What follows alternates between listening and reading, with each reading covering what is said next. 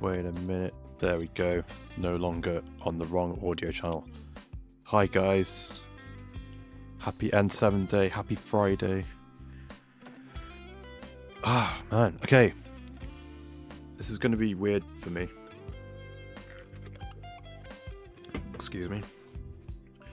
Not done anything like this on video before or on stream. It could be fun, I hope. How are you guys? How are you doing today? Rex is massive. Rex is my favorite. Who's this? Is this Ashley? Wait, can you see my mouse on screen? Yeah, you can. I can see it. Okay.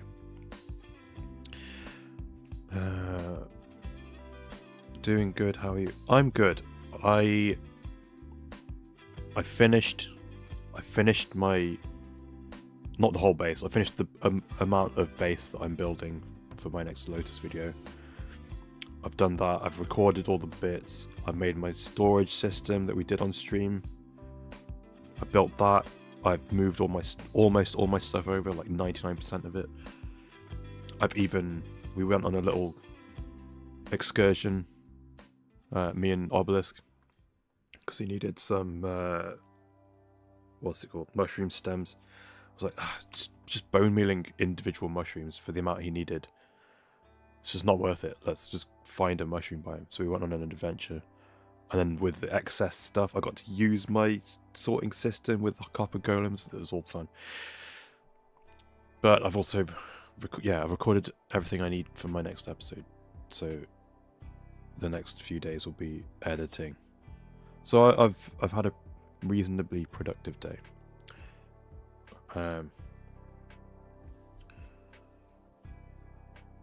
Right, let me just... oh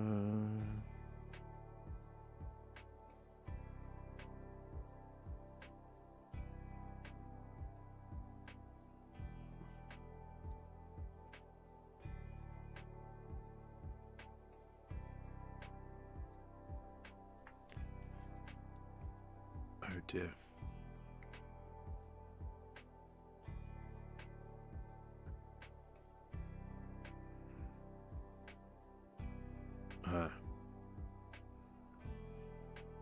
Got it. Right. For my own context, I guess.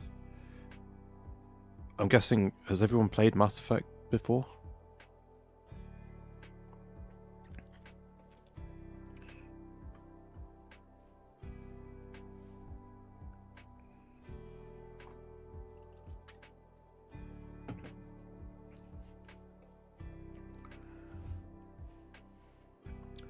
Played a little of 1 and got bored. That is absolutely understandable. Never played or seen anything. Okay. So, Mass Effect 1, even when it came out, I think, was already outdated. It was on the cusp of being outdated, I think. And then very quickly became outdated. However, Mass Effect 2 takes such a huge leap, and I think is a masterpiece. Likewise with Mass Effect 3, but because it's like a BioWare RPG, like the thing is, like, it's all about like the choices you make and how they impact the world and that stuff. Mass Effect 3 had so many things to take into account from Mass Effect 1 and 2, so many choices that it had to, I don't know, streamline them like a little bit too much. So it felt a little bit less, I don't know, like you had your choices had an impact. However, there were some massive choices in 3 that quite drastically changed the outcome, I think. Anyway, when did you play Mass Effect 1, Skylar? Because if you played like OG Mass Effect 1, in the kind of like re-release of the trilogy, I think they called it the... You know what, I just bought it again because it was on Steam for like £4. Let me just open Steam. I think, was it the Legendary Edition? All the DLC and all that stuff, all in one thing. It was £4 on Steam. I mean, that's now the third time I've bought the Mass Effect trilogy. A few years ago, before the trilogy, okay, because they did try and modernize it a little bit for the re-release. So I don't know, but my thing with Mass Effect is it's so rich, and the storytelling and all the stuff, it's just great. And with the announcement that they were making like a TV show, a series, I think handled properly, the Mass Effect franchise could be on the same tier as like Star Wars. I think there's a really good... Hold on.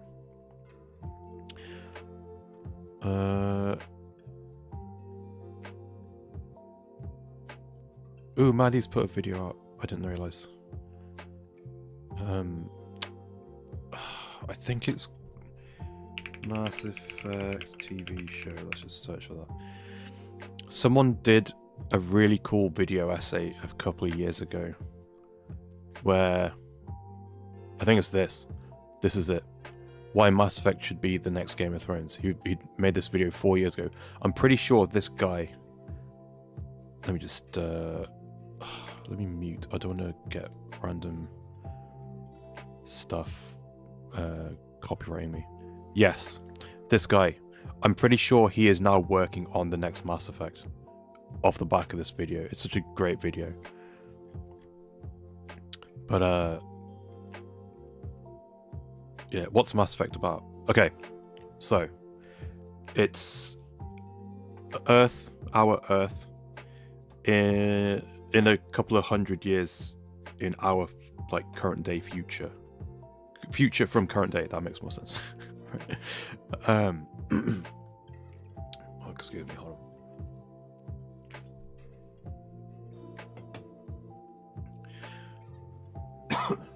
Sorry, I've been talking more than usual recently, today, more than I have been recently, because recording and stuff, and my throat's really dry.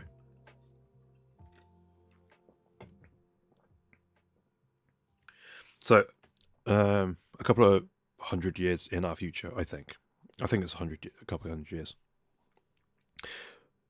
There's like researchers excavating stuff on Mars. They find this alien relic, and it unveils this thing in the outer solar system called a Mass Effect relay, and basically it's kind of a giant gun that you interface with it, and it shoots you off towards another one at another point in the galaxy. So it opens the galaxy up to us. Humanity starts to expand. It's all like really sci-fi, and let's try and Citadel. There we go. That's what I want. And then we make contact with Taurians who don't like us messing with the relays. Yes. Then we find we if we go back to this image, we discover basically there's alien civilizations all throughout the galaxy. We get into a war with these guys. They're like a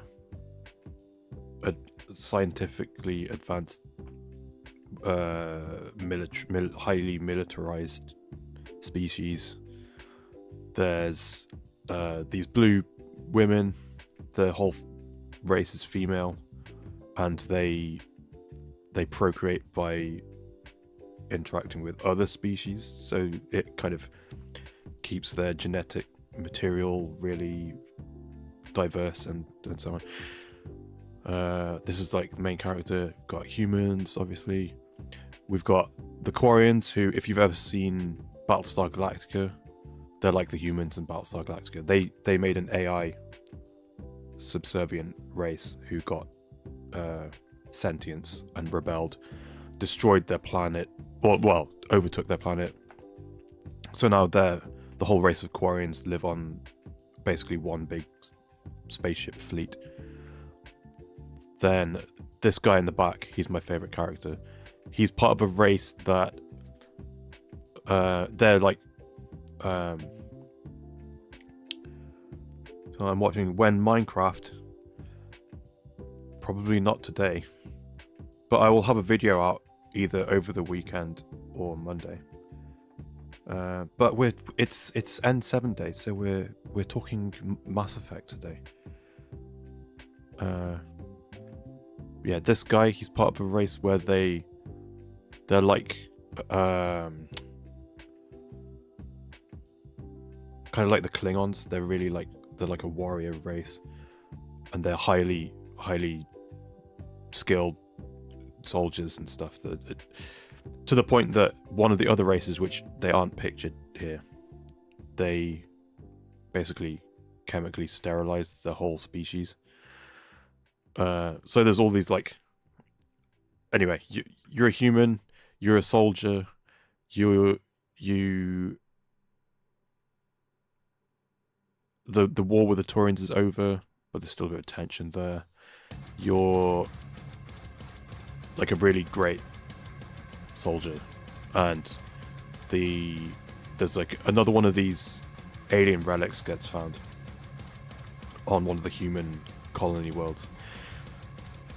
You interact with it, and it gives you visions, and the bad guy in the first game, at least, he's working for the stuff that you see visions of.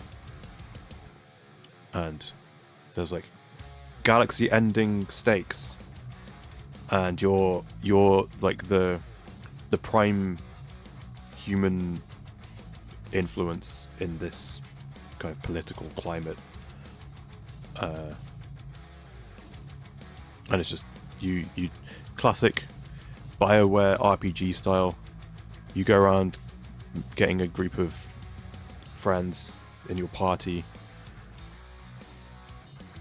trying to save the galaxy, and there's like loads of choices and stuff to make which affect like some quite drastic political changes, or like species ending stuff. it gets pretty crazy. But then just the thing that really sold me on Mass Effect 1 when I first played it was they've thought about everything, and stuff is it. I think if you're familiar with how I think about stuff I build in Minecraft, you'll see why I appreciate it. They thought about everything. Stuff's like that for a reason, not just all the sci-fi stuff. Like they've thought of how the special faster than light stuff works with the Mass Effect relays, and like why excuse me, this guy's called Rex. His race is called the Krogan. The Krogans, instead of saying like that guy's got balls, they say you've got a quad, because they have 4 testicles. Stuff like that. There's so many little details. But the thing that really sold me on it was there's like in the pause menu there's a codex, so you can look up stuff. It's like, oh, I can't remember who the Krogan are, let me just check in the pause menu. In Mass Effect 1, a lot of that, if not all of it, was narrated. So you didn't have to just sit there and read the stuff, you could just listen to it. And then all the random little planets you could go to, all the different solar systems dotted around the galaxy, every planet had a description. And it wasn't just like, oh, this one's close to the star in their system, so it's barren. It's like, no, they had like geological histories for all the planets. It like really spoke to me as a nerd.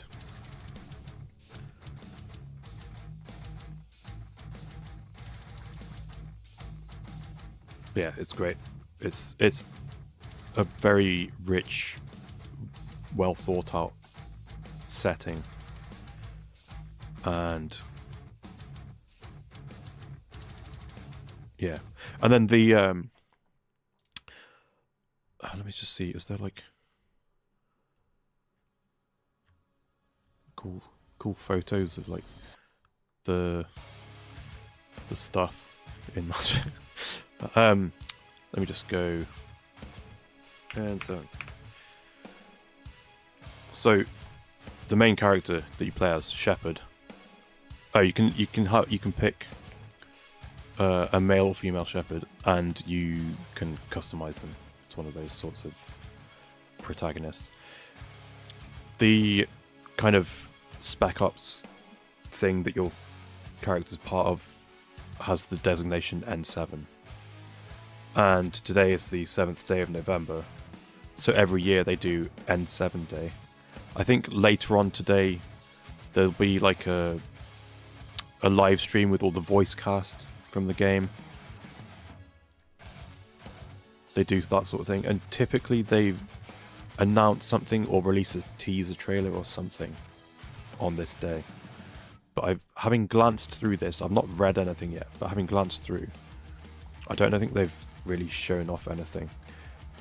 And I wonder if it's to do with the EA purchase thing.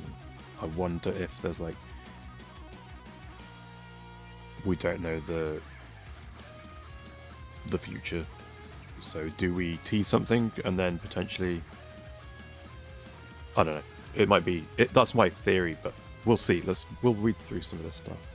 So I just found the thread on the Mass Effect subreddit where they've put everything together. So we'll scroll through. I think everything's probably come out now, but usually there's also they'll do like like an ARG type thing, little puzzles, hidden hints about stuff.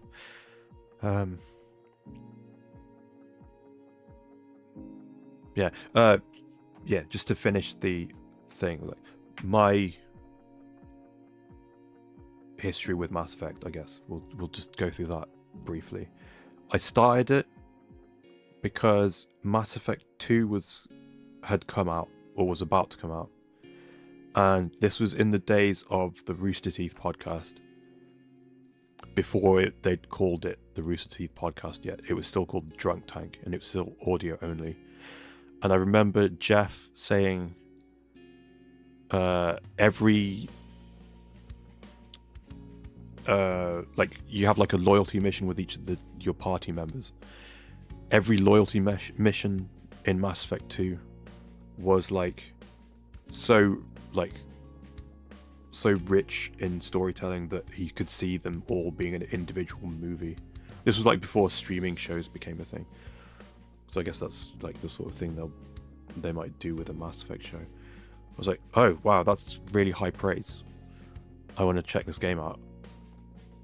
And then I've played through the trilogy like probably 6 or 7 times.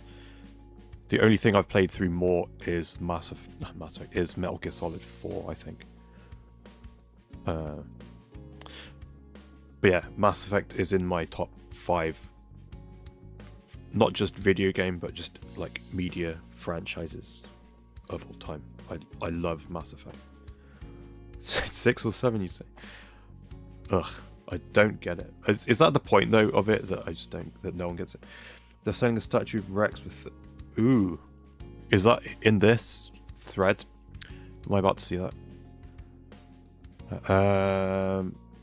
Okay, but yeah, let's see what's been teased today.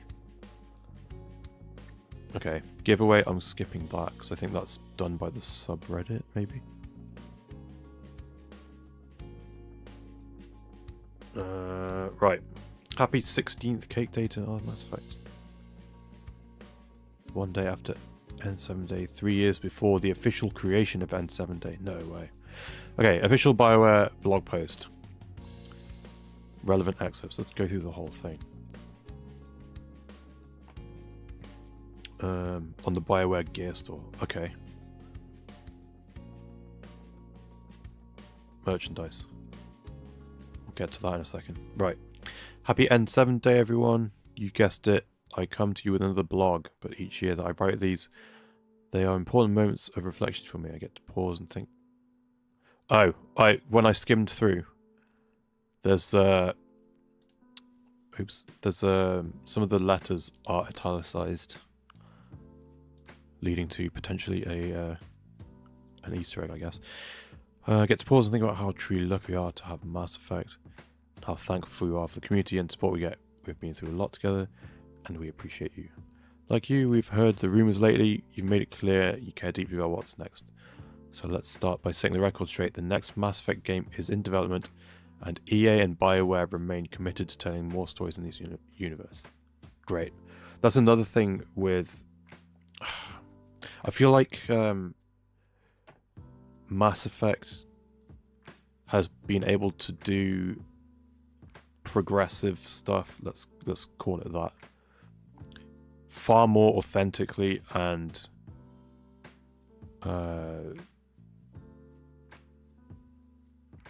don't know, they've done it well and authentically versus what's happened with the recent Dragon Age game. I don't know. Mass Effect was always like your characters and your party members and stuff. It's all really inclusive, but done really in a really good way. Whereas my impression of having not finished it yet, the latest Dragon Age was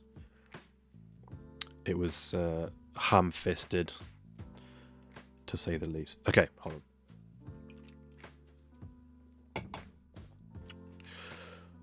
But that's good. I was worrying about the EA purchase. I don't think it's actually gone ahead, right? Is that right? I don't know. Truth is, the last few years have been an incredibly busy time at BioWare, but well, yeah, because they've had.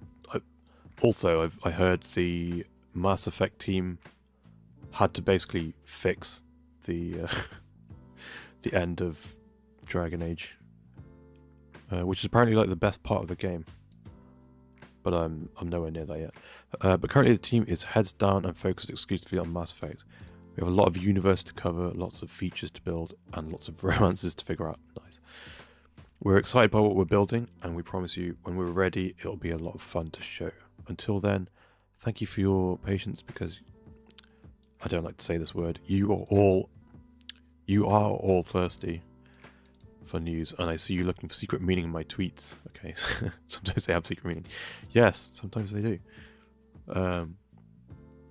Beyond the next game, there's more to get excited about. I haven't talked about it much, but you might have heard a little something about a TV series. We've been partnering closely with Amazon on it, and we're really excited with what the talented team over there is coming up with. The writers' room is going strong, and we've got a lot figured out about how it fits with the Mass Effect canon, okay? And where it sits in respect to the new game. The show will explore a brand new story within the universe's timeline. Awesome.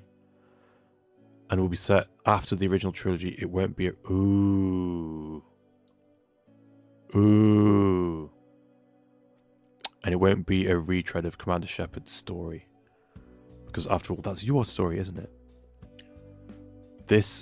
Okay. This is important. We'll get back to that in a second. Keep an eye on our social channels for more celebrations today, including some awesome new Mass Effect gear. Free crossover items appearing in Skate. Okay, interesting. I've been playing Skate recently off camera. The new one, because it's free to play, but it's like... I don't know. We can talk about Skate after this if anyone's particularly interested. And Apex Legends and more. Happy N7 Day, Mike Gamble, Executive Producer, Mass Effect. P.S. Disclaimer, there's no secret game information to be gleaned by anything I'm saying today, I promise. Sure there isn't. Okay. So this is particularly interesting. Set after the original trilogy.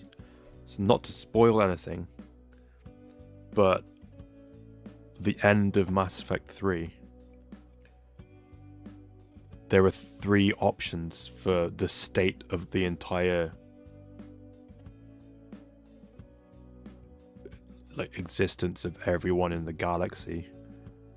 And this to me means that they're gonna pick this and what the theories are for what they seem to be setting up for the next Mass Effect game is that they're picking a canon ending to the game, to the trilogy. Interesting. And then it said that the show, we've got a lot figured out about how it fits within the Mass Effect canon. Will be set after the original trilogy. Won't be a retread of Shepard's story. That's awesome.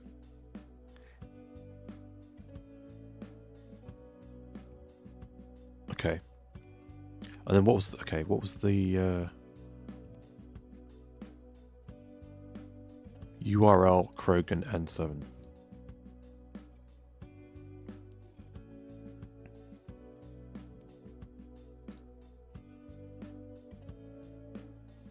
Okay, maybe we'll find out what this is about. But let's go here. Oh dear. Sorry for the flashbang. Let's have a look. Where is this Rex statue? People have already found it. It's new art. Oh, okay. That's interesting. 3 endings. Yeah. If you don't play enough of the third game, there's only 2 endings. You unlock a third one. Shot by game, Mass Effect.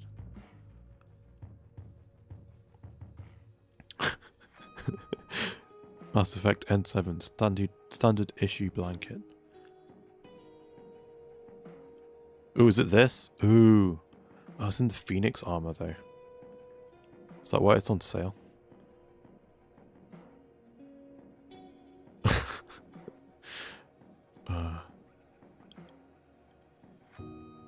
Ooh, that's cool. $100 though. Down from 300. My god. If these are made of plastic, then I'm gonna riot, but these look cool. Garrus.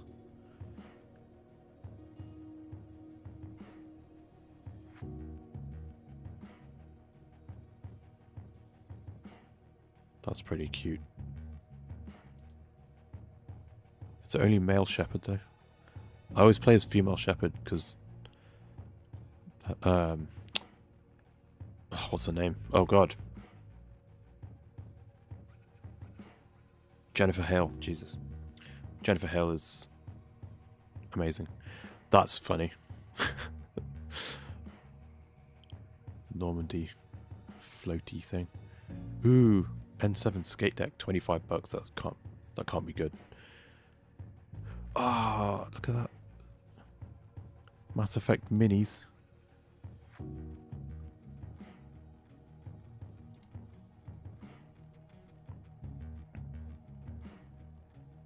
Rex plush pillow. Hell yeah. Okay, let's go. Where was the statue?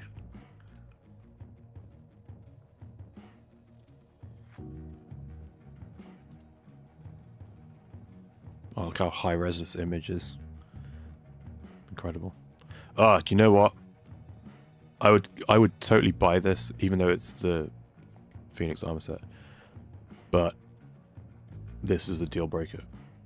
I want the Carnifex pistol. Deal breaker. They had a Garrus body pillow. What the fuck? I get it, kind of, but I also really don't get it. Why everyone's so into Garrus.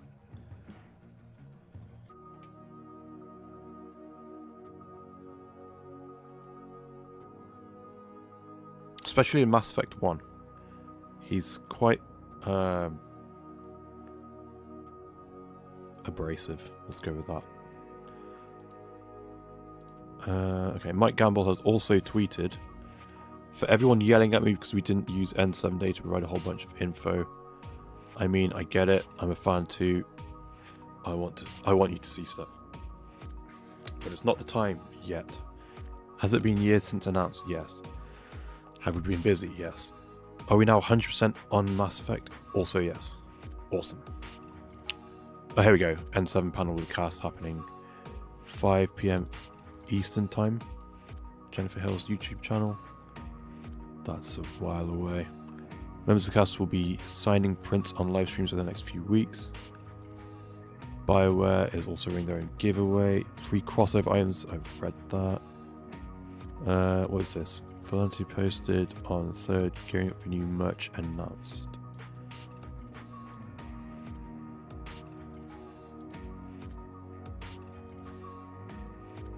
Is it just the trench coat? I don't know.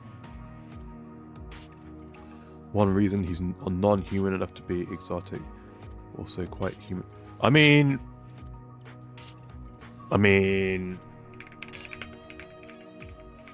oh my god, Vicarian. But his face is a crab. It's made of like plates of chitin.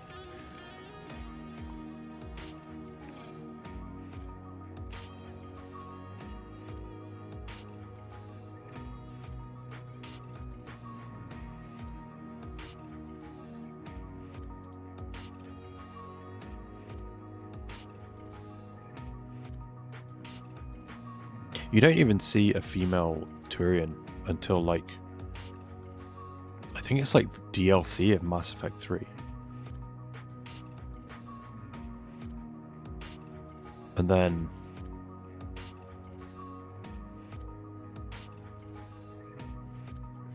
they show up a bunch in Mass Effect Andromeda, I think. Spoilers. Can't go there. Ooh, Etsy's 3D printed statue. That's pretty cool.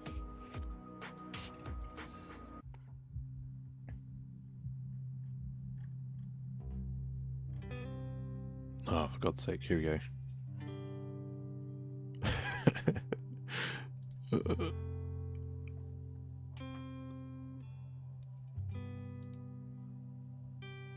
Okay, we're straying into potentially dangerous territory. Okay, where's the, what's this? Transmission intercepted. Where's this?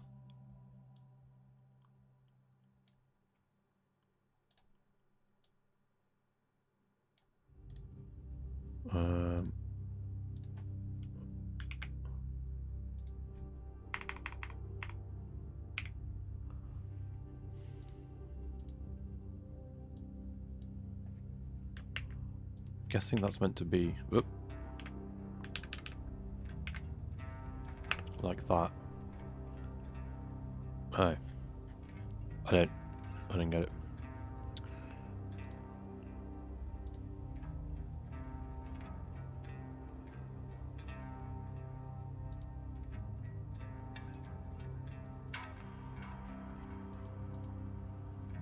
Huh? There's no way there's meant to be a space there. Right? Wait, that's not what it was. I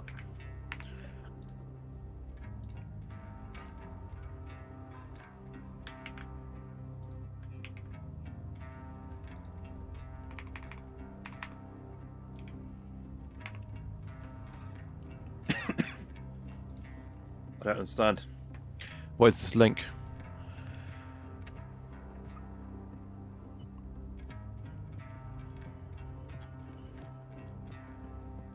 I'm sometimes scared to scroll through the comments on Reddit.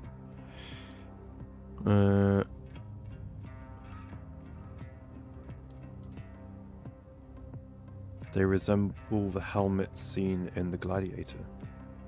What?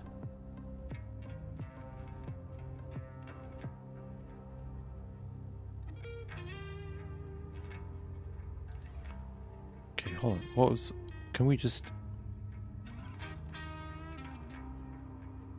Where is it? What is this? I need to know what this means. The Turian's faces, right. Okay, hold on. Let's...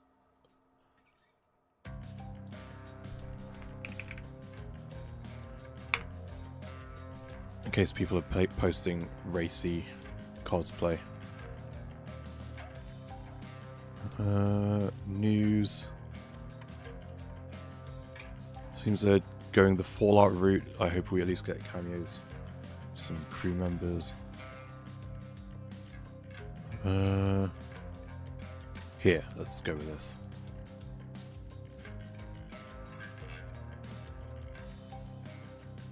Is this it?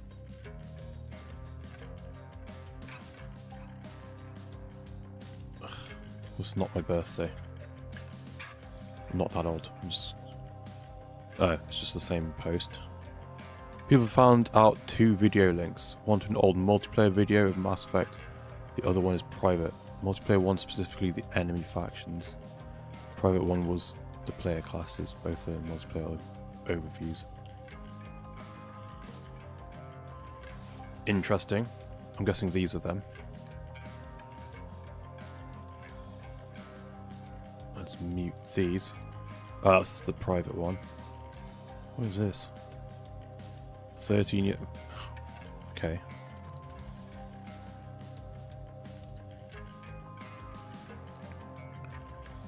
Is this just literally just some old multiplayer footage? Oh, you posted... Okay, hold on.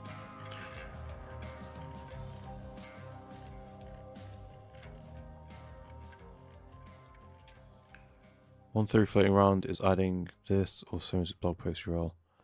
Landing an old blog from 2012. However, the URL, or at least those I tried, will lead to... Is it this? Oh, please don't be...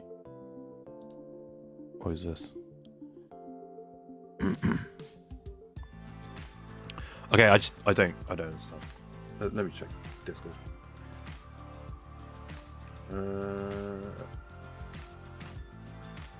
Ooh, Civil War, it says.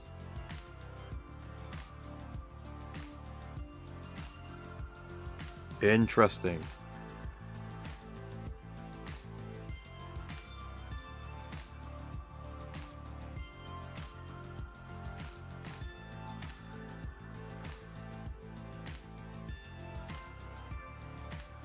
Ooh, Gareth Parker. That's actually pretty cool. I like the collar.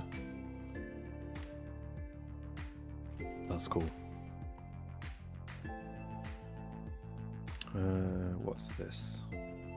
Ooh, we got a friend request from Jagger.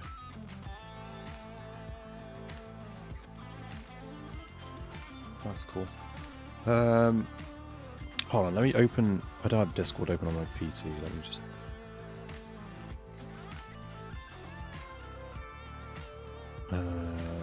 we'll bring up the image on here.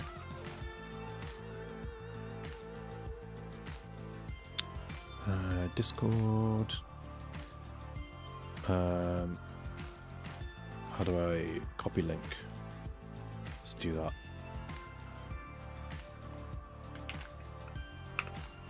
Boom. Okay, so these are the Krogan, right? These are the ones where I said that the whole race had been like chemically sterilized, basically. Genetically sterilized. And one of the things you can do, you don't have to, during the trilogy, is cure their race and let them have natural births again, basically. But one of the reasons that that was done to them in the first place was not only are they just like a war-like race, they were so destructive that it was also population control, because they would breed like crazy and they were becoming a problem for the galaxy. So I wonder if now that they've been restored, potentially, if that's going to be a canon choice,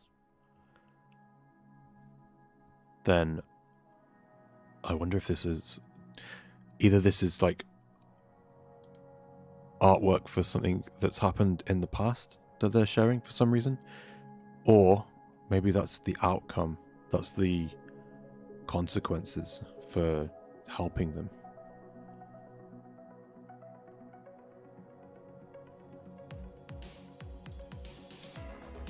That's so interesting.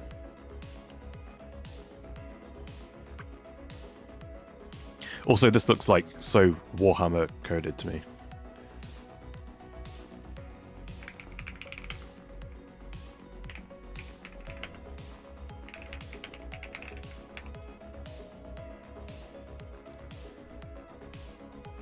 Reminds me of this. This image. I don't know. Warhammer.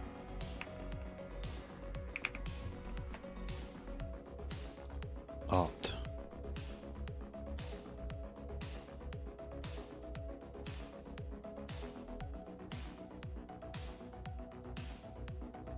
I don't know.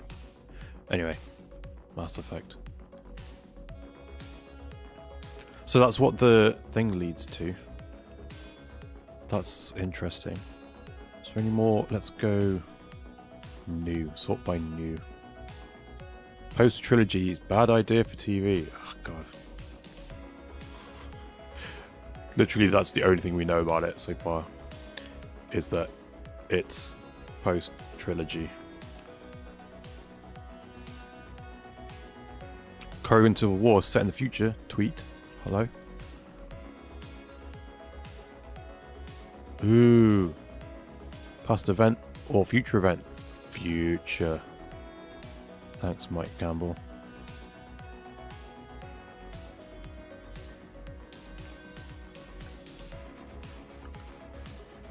Is this the new artwork?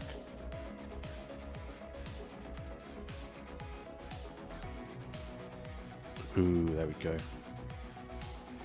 Download here. I just want it bigger, so I can look at the detail. Oh, look at that. It's so cool. It doesn't look like Krogan architecture in the background though, which is interesting. Oh, look at that. So epic. Has to be Art of the Civil War mentioned to the games.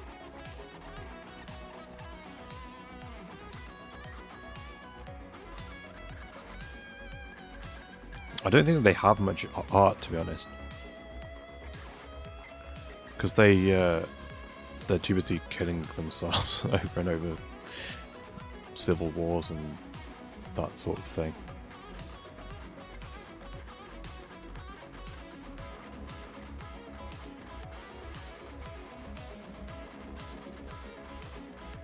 I still don't quite understand this, but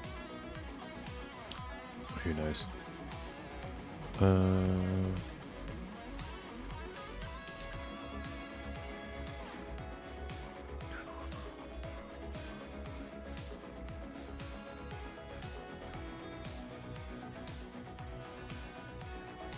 I remember someone years ago now making really quite like high fidelity Krogan animatronics for cosplay. Oh, the Normandy's going back on No Man's Sky. They seem to do this every year. There's like a mission you can do to get the Normandy. We remain the biggest Mass Effect fans, and I can't describe how happy this makes us. Happy N7 Day, everybody. I think you can get the ship. It's not just a mission.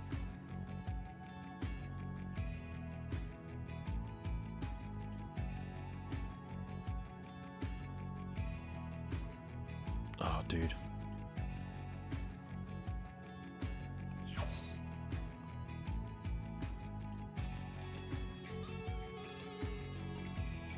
That's cool. Damn, I really thought now that because last year's N7 Day, I'm pretty sure they didn't show much stuff. They had basically like the blog post, and that was it. And they said it was too close to Dragon Age coming out that they weren't going to talk about anything, basically.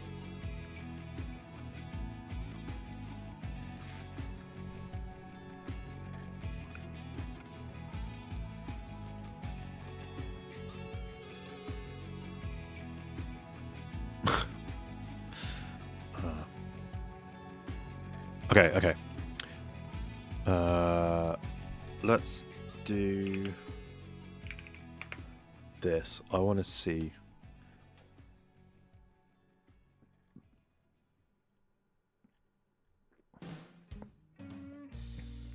Yeah, here we go. N7 Day 2024.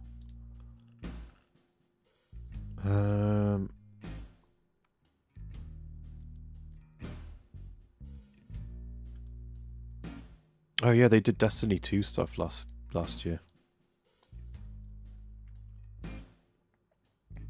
I got all those armor sets. I can't remember if the armor sets weren't free, but they had like a ghost, a ship, and a sparrow for free.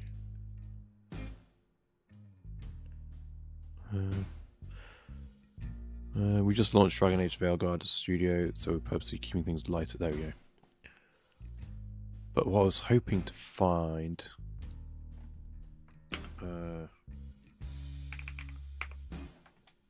is there like a...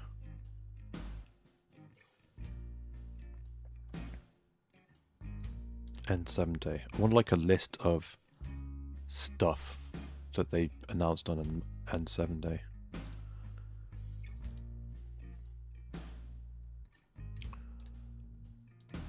N7 Day list.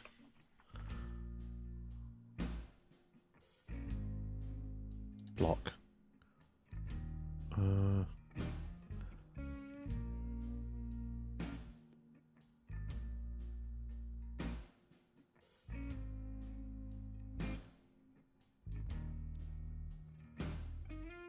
See also.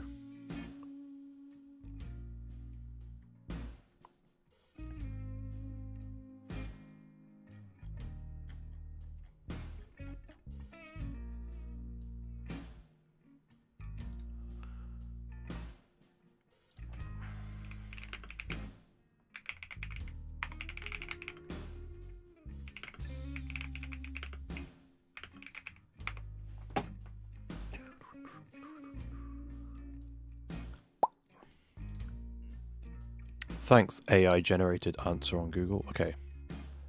2020, they announced the next Mass Effect game. Oh, it's been 5 years.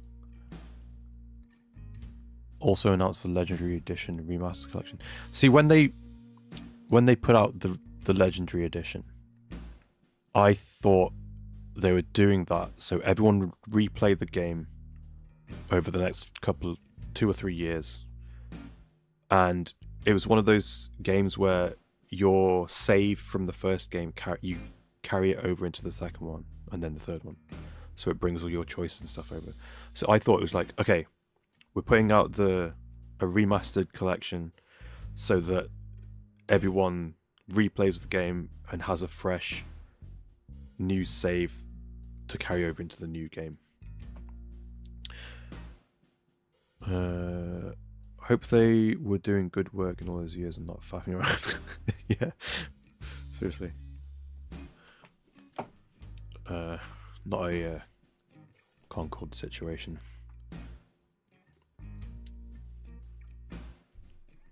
Yeah, so I thought when the Legendary Edition came out, then the new Mass Effect might have been like a few years away. But then that was still... was it last year now that Dragon Age came out, or was it this year, earlier this year?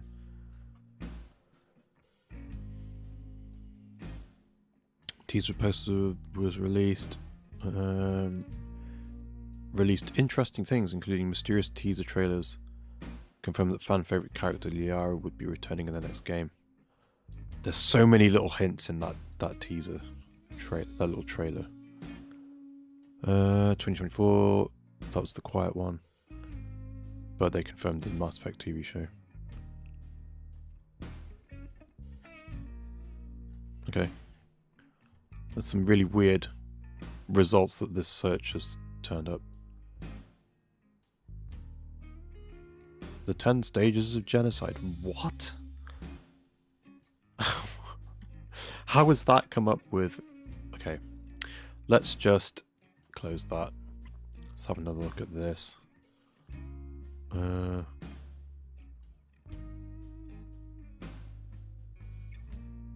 Sweet. We can use this for whatever. We're allowed to make prints of this. That's really cool. What else is on here? Logos and such. Okay. Oh, I just realized how big this image is.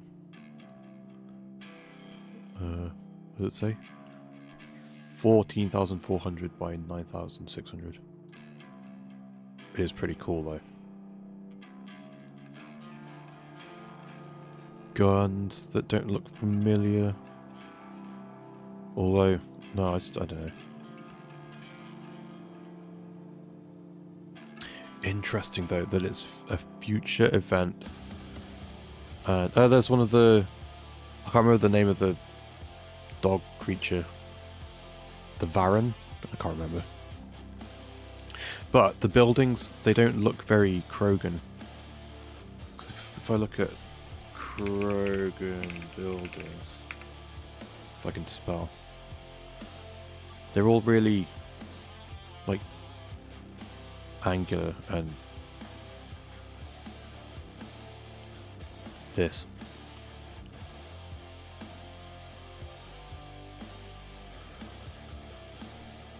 There's like circles here.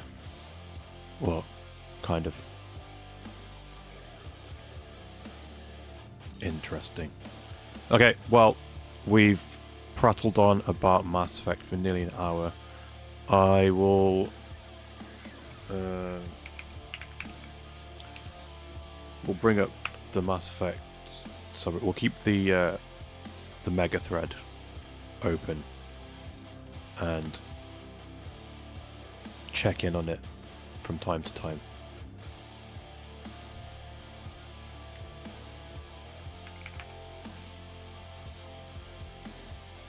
I do like this image though, this is cute.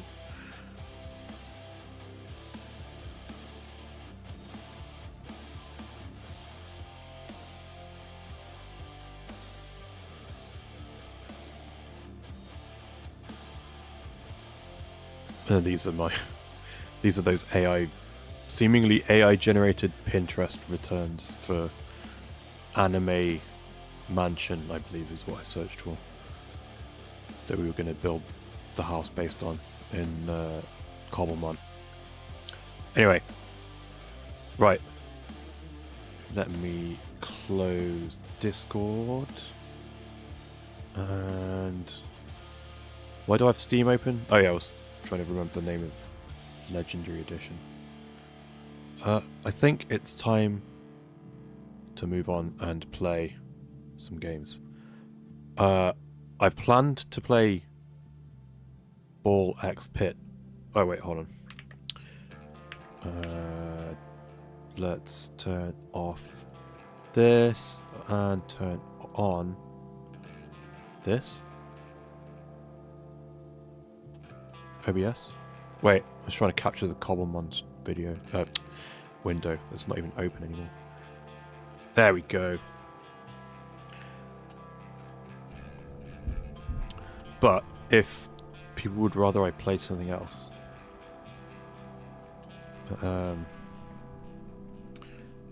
forget your name. Someone was asking about Minecraft earlier. We could do Minecraft instead.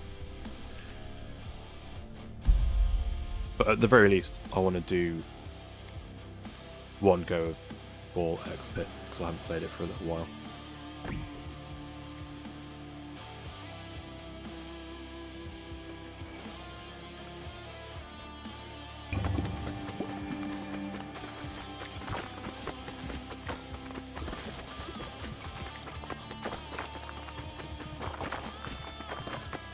Look at him go. That was awesome. Cool. I don't mind seeing more. Okay, okay. Where is it? Is it this guy? Yeah, this guy gives me gold now.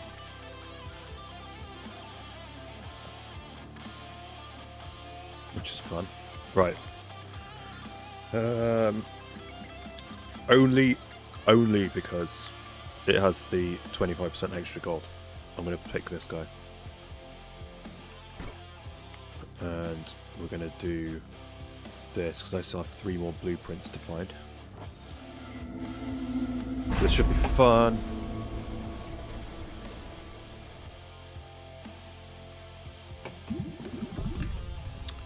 I feel like it's too loud.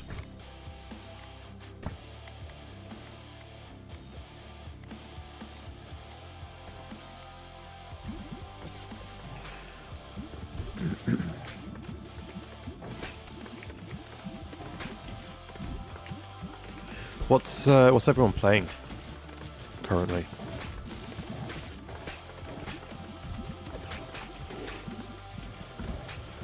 I've been thinking about this like little break from Minecraft that I'm about to take, and thinking about other stuff that I want to play. It's like an opportunity to play some stuff.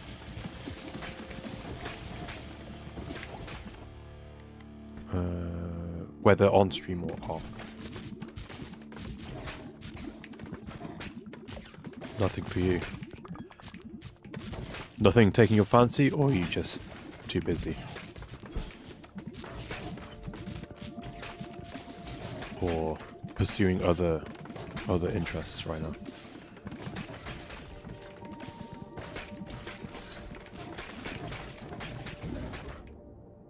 It also picks the thing on here, which is wild to me. Currently nothing, burnt myself out a bit. Damn. Have you, did you give any more thought to getting the new Pokemon game? I know we talked about it a little bit. Too busy with nothing. I know that feeling.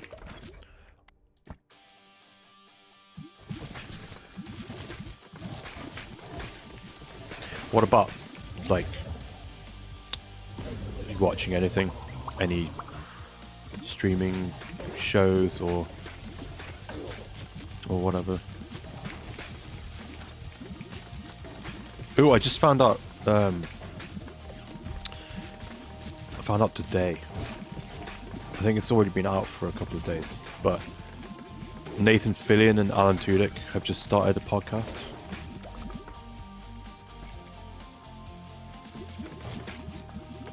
Which seems to be audio only. But I'm excited to check that out. The little teaser clip there. I got a new thing. What's the new thing? It's a teapot. Freeze ray. Oh. Freeze ray emits a freeze ray when hitting an enemy, doing 22 to 56 damage to all enemies in its path, with a 10% chance of freezing them. Man, that one thing where it's a guaranteed freeze is so overpowered. I think if there's a sale for it, I'll go for it. Probably not. Huh. A sale on a Nintendo game. That just means you're not going to buy it.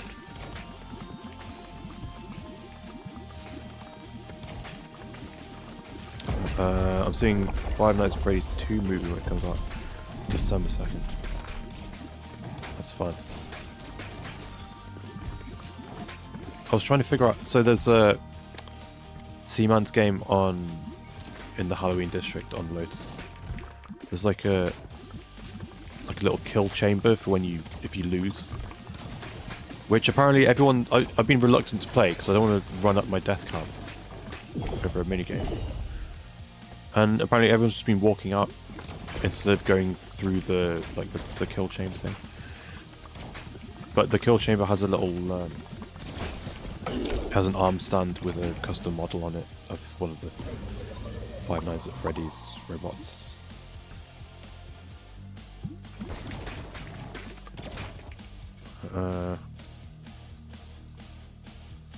True, yeah. I will gladly pay full price. I'll say this every time it comes up. I'll gladly pay full price if they just re-release Pokemon Silver. I don't even necessarily need it to be Soul Silver.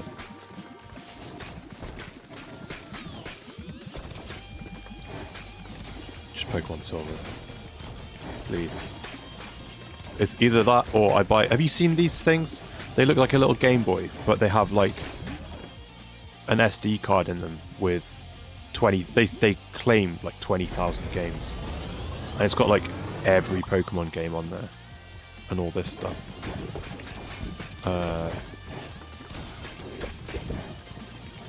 I don't know how they're getting away with that. There's like hundreds of like PS1 games, all the Dreamcast games and stuff. So how are they doing this? How are they like in the open advertising this as a product?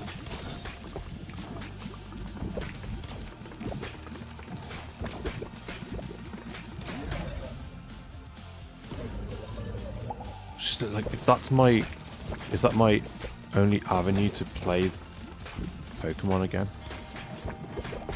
Play Pokemon Silver again? Or do I have to spend like £80 on a second-hand copy of Soul Silver the like 2 times a year that they might show up in a second-hand store?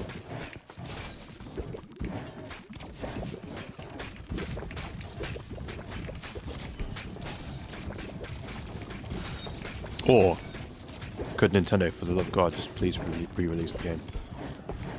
And then they can have all the money to do more ridiculous lawsuits to other companies like the people who made Power World, which apparently their lawsuit got rejected or whatever. Nintendo, so it's a win for the video game industry.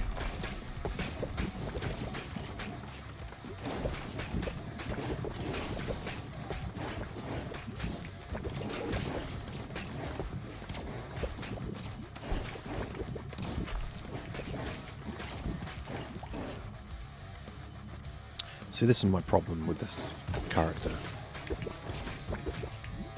Because it picks everything, it just automatically picks all the upgrades. So I haven't spec'd into anything. I'm not even like really paying attention to what I have here.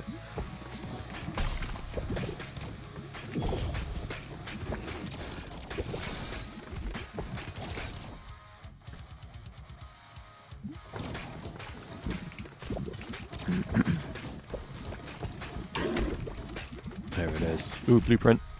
Stone mine. Assign character here. So yes, that's what I need. Rather than bouncing off those stupid rocks. Ooh, here we go. Ooh, I've had this one before. I wish we could have multiple saves in Pokemon. That would be awesome. Is that still not a thing? Do you know?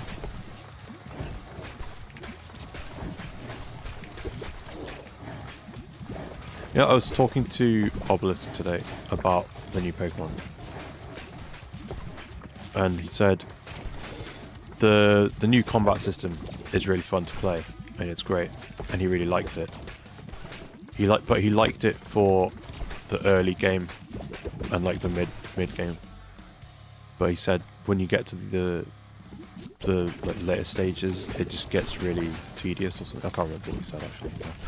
But he said that he stopped playing and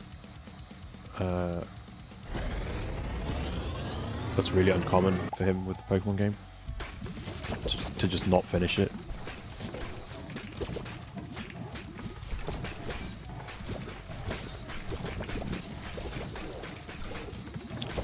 I'm sorry I brought that up now because I can't remember the details of what he said.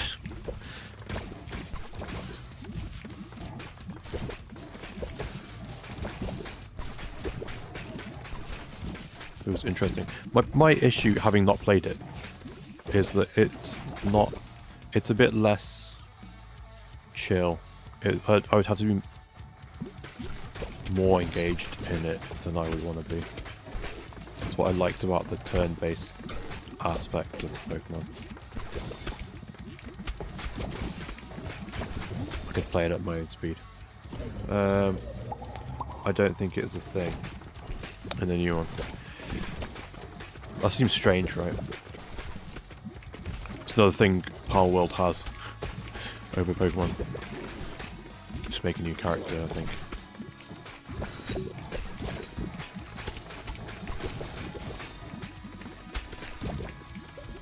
I got to the... Oh! I was like, when's the next boss? I've already done the second boss. We're about to get to the third one.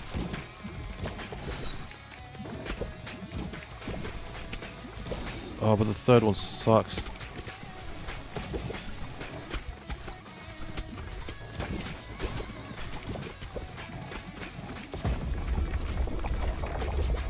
Grab the XP.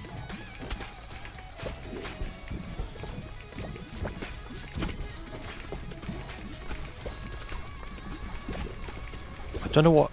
Something makes me randomly get bursts of speed, and I don't know what was doing that. Like, I get it when there's the this thing. It gets slippy, but I don't know.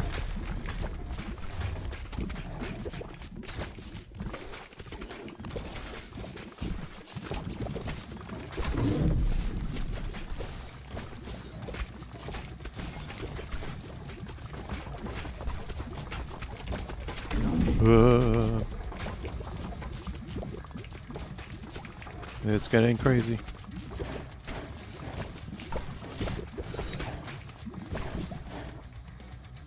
Uh-oh, they're chanting. Oh, and I heard that, he told me that... Oh god, oh god, oh god, oh god. He told me that the cosmetic stuff, like all the cool different clothing options and character customization stuff, is significantly, like, noticeably better for female characters. So, oh man, I was like, this is why I normally, well, in like RPGs and stuff, would play a female character. It's like, but also, I feel like, it feels like maybe that's why there hasn't been as much innovation with Pokemon. Maybe. Because they're chasing like the cozy game crowd. Oh, I won. I was so like locked in trying to not get hit by things. Increase harvest clock by 2 seconds. That sounds cool. 2 whole seconds? Ooh, I got a new character. Single family home. Huh?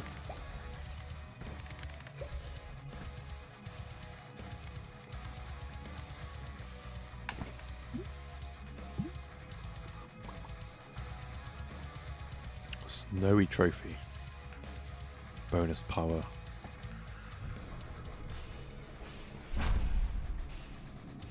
Nailed it. Okay, let's build a stone mine, definitely. And then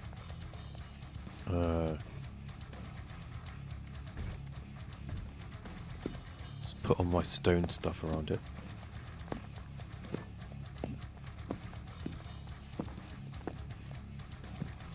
Wait, these ones have more stone. Level 3.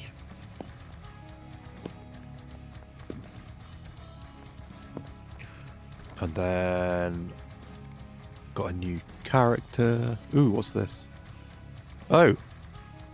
Hello. Got 2 new characters. Okay. Well, no, stop it. Let's get creative.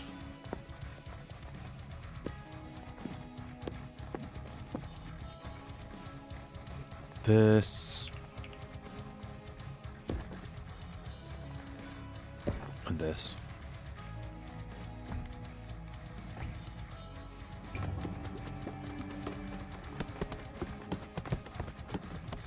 Build them things.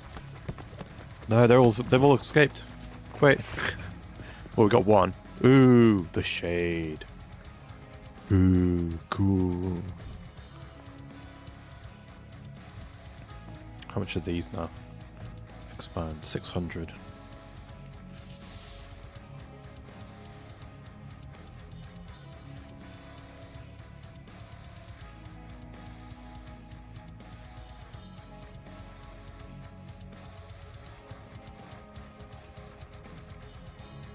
I guess I'm gonna go there.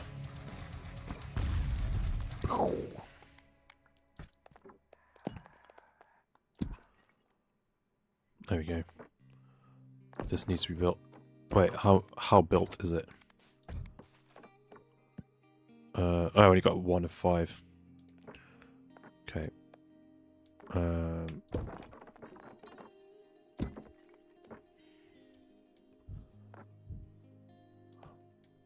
Why can't I move?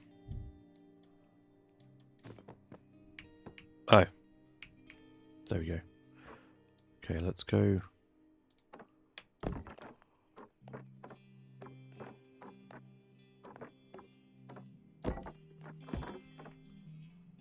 Like that, I guess. So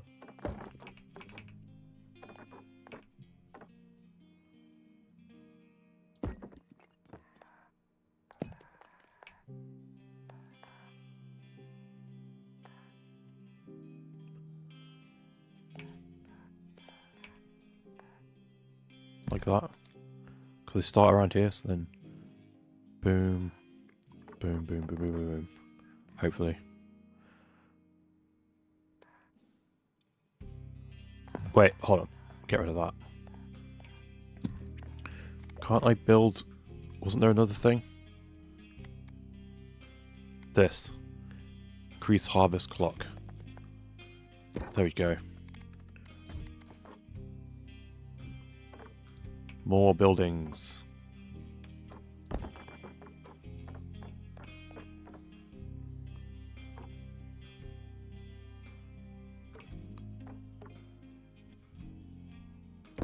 Just go with that, whatever. Okay.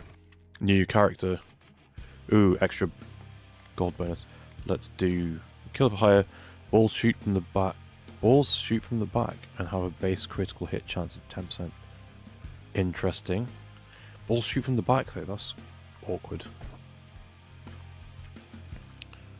Okay, well, everyone else has completed the first mission, so... Oh, wait. Can I... Pause. I'm just gonna do a quick... refresh on that end 7-day thread. Let's see if there's anything. Last updated 2:17 PM Eastern time, so that's an hour ago. So if there's anything new, we would have seen it.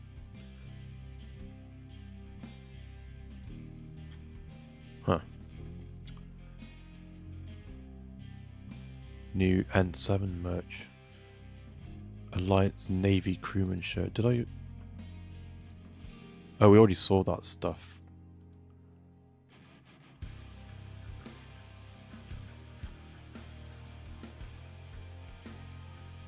Okay.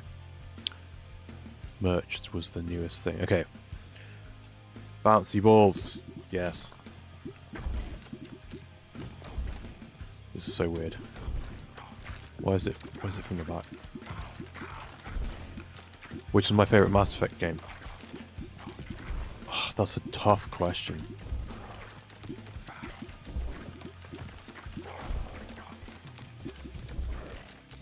Oh, this is so weird. Because one of the things I try and do is like bounce the balls from the front to the back and take out stuff, and like you get a couple of balls trapped at the back and they hit all the stuff at the back while you continue to work on this. Oh god, I'm not picking up any XP. While you pick up stuff at the front, but I can't shoot stuff from the front.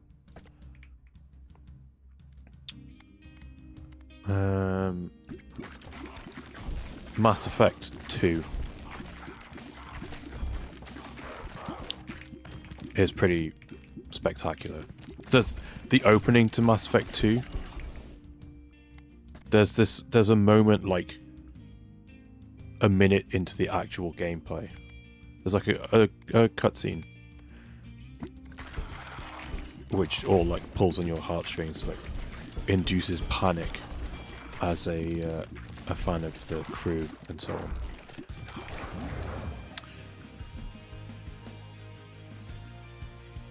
Basically, your ship gets attacked and it busts a hole in the top of your ship, and when you're walking through the ship you can look up out of the thing, and then you're in orbit around a planet, and the way they achieved the feeling of the scale of it was just so awe-inspiring.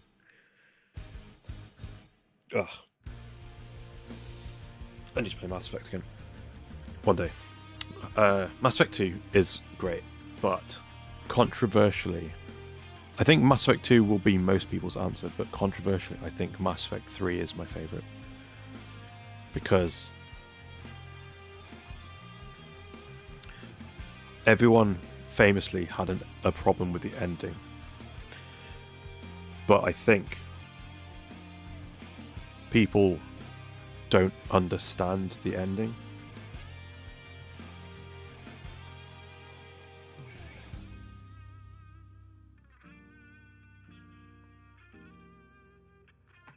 And it's a massive spoiler to talk about it.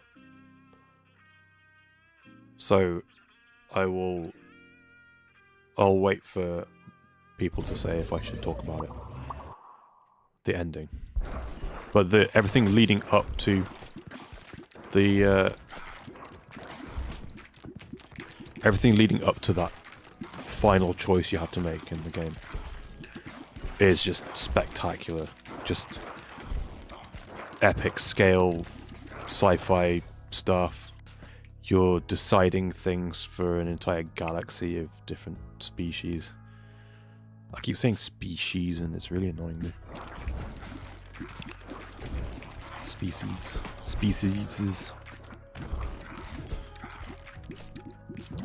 And it's just epic. And like everything gets tied up, like all the different story threads and stuff. I mean, there's a bunch I'm sure never got, but then like all the there's a bunch of little Easter eggs or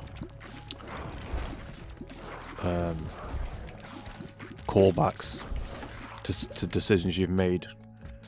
Some of them are quite important.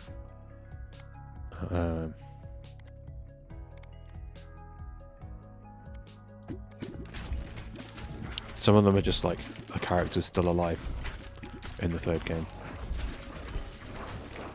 and they help you out.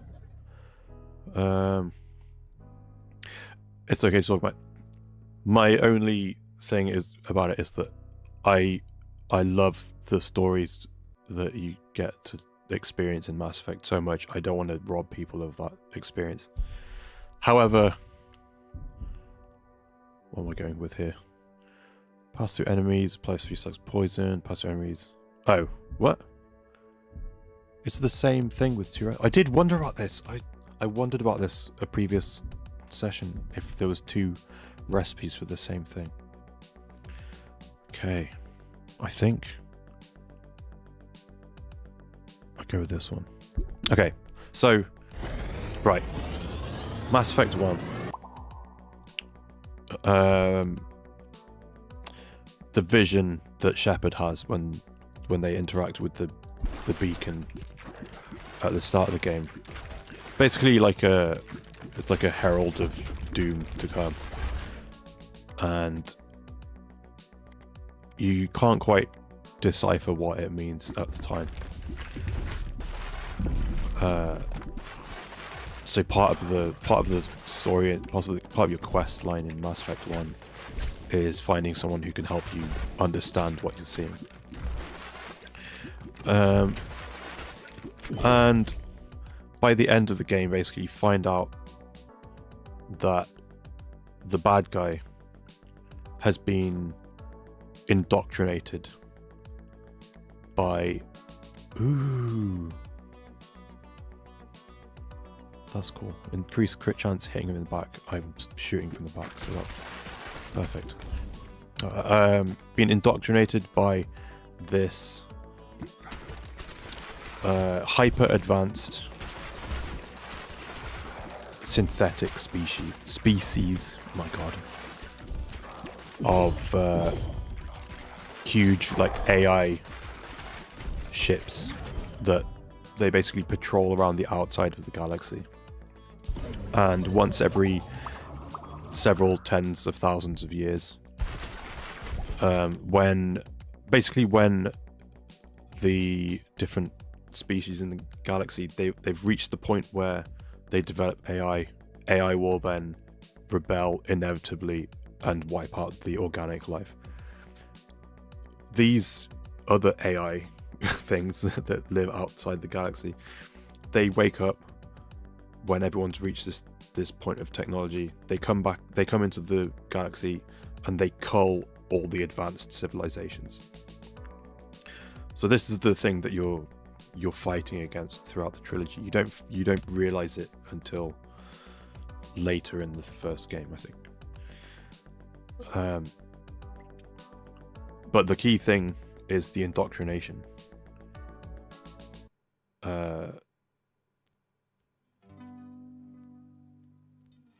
They need to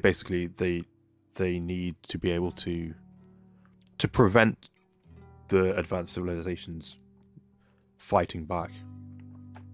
They need this indoctrination mechanism to make you compliant, basically. Shepard is reasonably resilient to it, so by the time you get to the end of the third game, Earth is like under siege by these things. They're called the Reapers. It's easy to refer to them if I just name them. The Reapers are attacking Earth at the start of the game. You leave, you get support from other people around the galaxy to save Earth and defeat the Reapers. At the end of the game, the last thing you decide is you either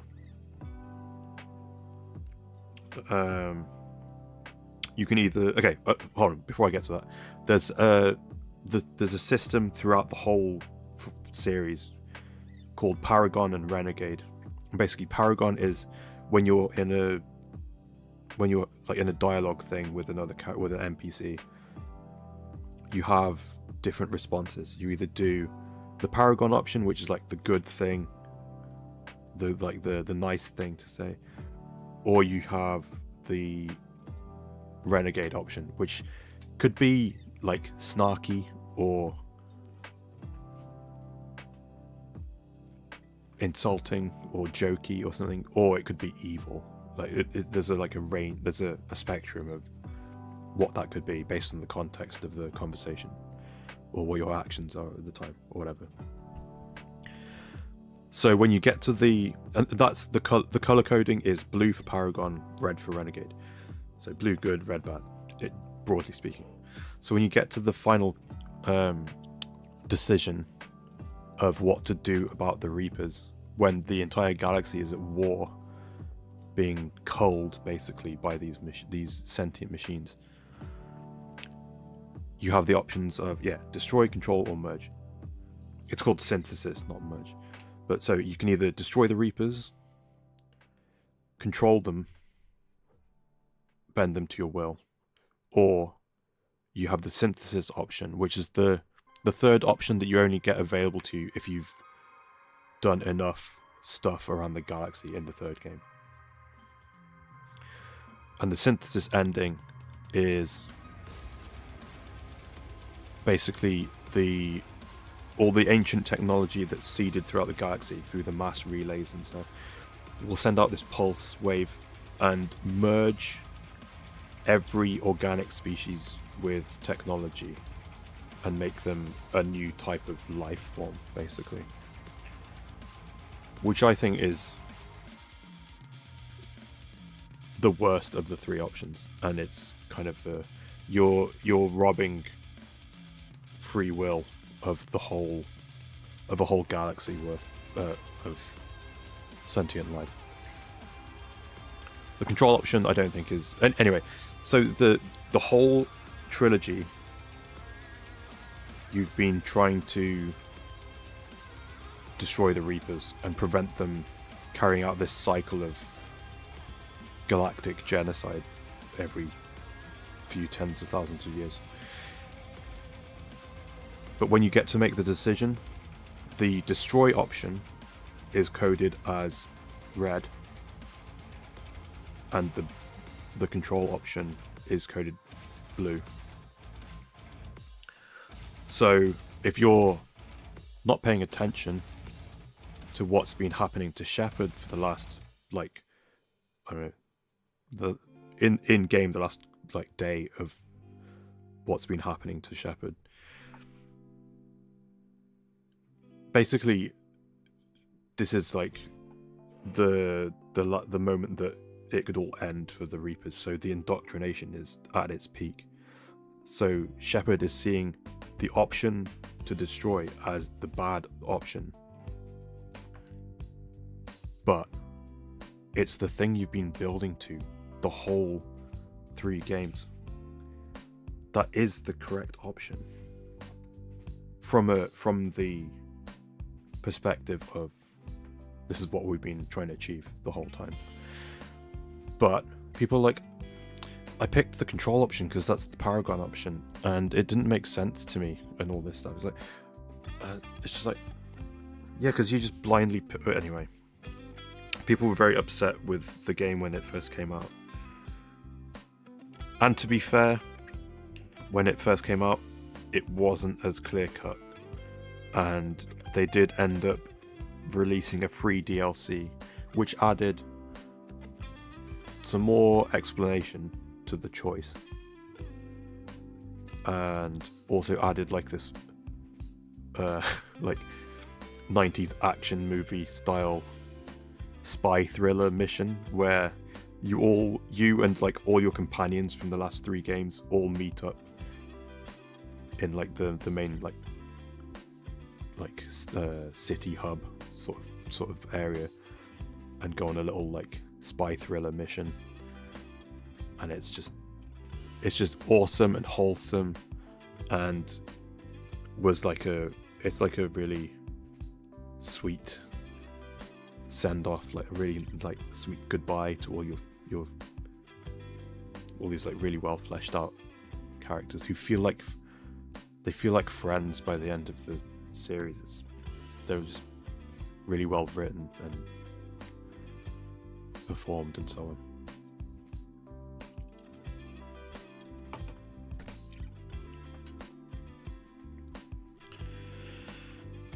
I love Mass Effect. So I forget what. Oh, so people had a problem with the ending, but everything else leading up to the ending is so spectacular.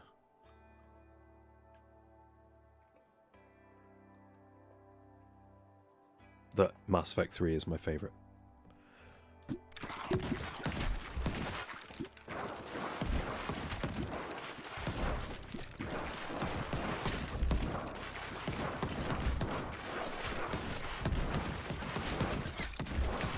What an incredibly long-winded answer to your question.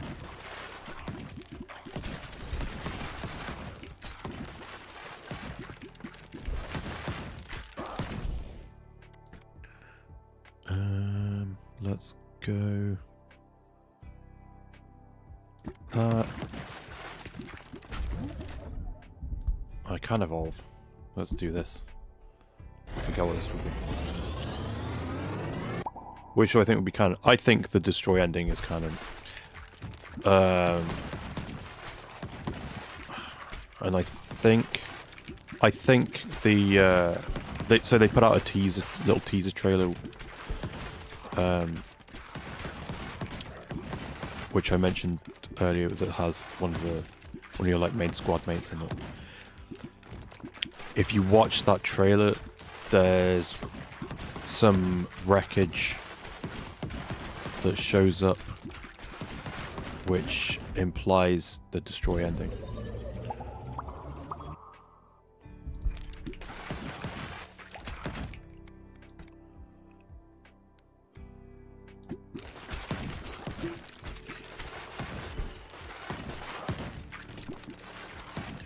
It can't be the synth's ending, because then I'm pretty sure they put out like infographics at some point with like a breakdown of what most people's decisions were, which I think is super interesting, especially in a game where like they matter so much, what people choose to do.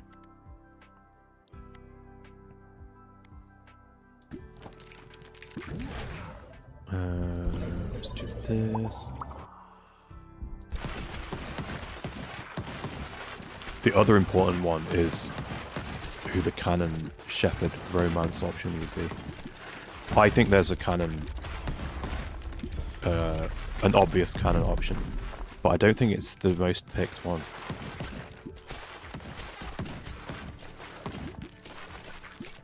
But if my theory is true that the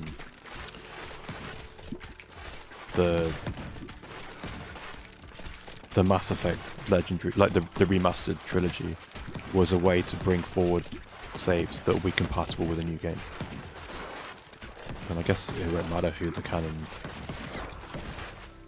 romance option was. But I think it's Liara. I think that's the option that makes sense to me as being a canon romance for Shepherd.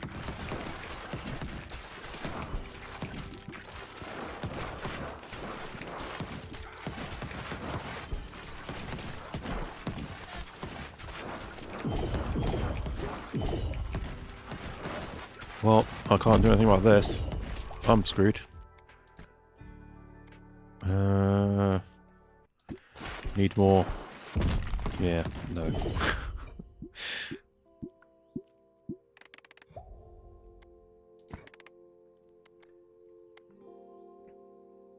Well, I'll retry.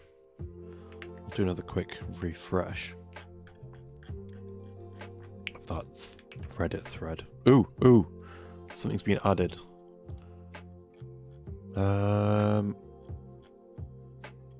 Wait, has something been added?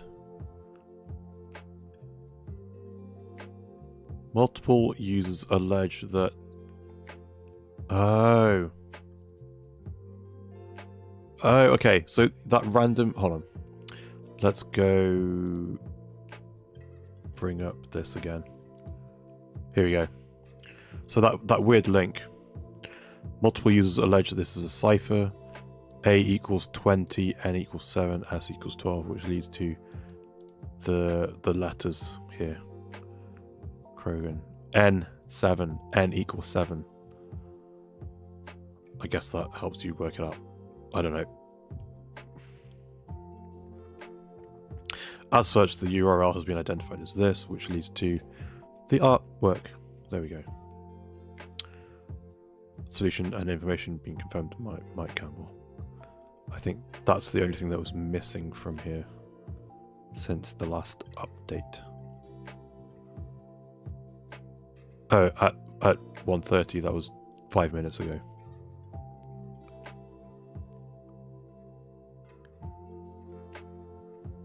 And there's the shirt. Okay. 3:25 was the last update. Do a refresh. Okay. Get rid of that. It has to be destroyed. It has to be destroyed. But the thing that... Hold on.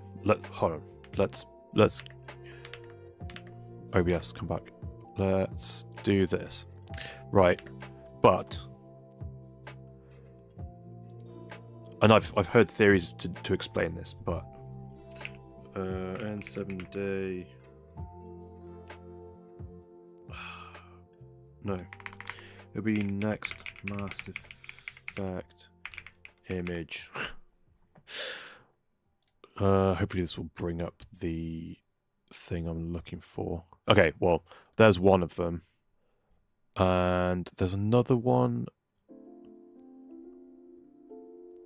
Next Mass Effect.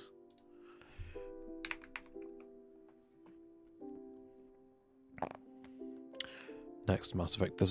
There's another image that's been put out. Maybe it's on this article.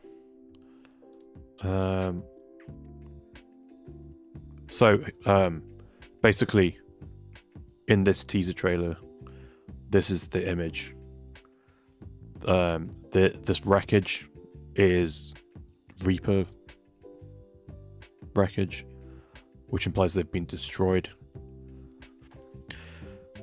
Then, where's this thing? This image is so if you pick the destroy ending, the destroy option destroys all artificial life in the galaxy, which, having described what the Reapers are and all this stuff, sounds like, okay, that's the obvious option, right? But no. You might have just spent 3 games, well, more like 2 games, 1.5 games of the trilogy, trying to, potentially, you don't have to do this, trying to save the AI race that the Quarians created, that they ended up having to leave their planet and living on ships. They're called the Geth. And this crater looks like a Geth, which suggests there's Geth going to be around. So if the destroy ending is the canon ending, the Geth were all destroyed. Also, one of your crewmates is an AI. Or 2 of your crewmates, if you include previous games, were AI. So they also get destroyed. Which sucks, because you just spent all that time, like... So that's like the thing that kind of stops you. It's like, oh, I've spent all this effort amidst a galaxy-wide war to oh, it's this. It is this. Hold on. Wait. That wasn't helpful. What? Hello? Open image. Also, this image, if we zoom in on here, how do I, here we go. If we zoom in here, this is a very low res version of the image, unfortunately. But right here, oh god, this is, hold on. Get rid of these. Mass Effect. This. Can't I find like bigger versions of this image?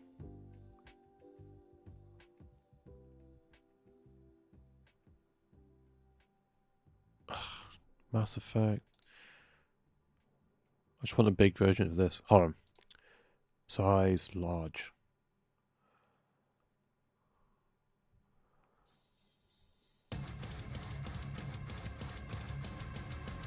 This. Is this big enough? Ugh.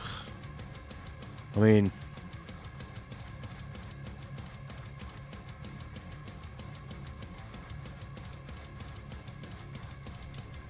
Anyway.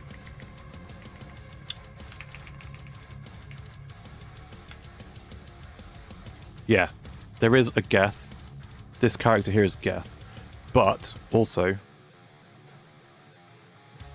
hinting at the potential time frame of the next game, this person here is an Angaran from the Andromeda Galaxy. Because the next game is meant to be a sequel to both the Mass Effect trilogy and Mass Effect Andromeda. So, the Angaran presence suggests visitors from outside our galaxy.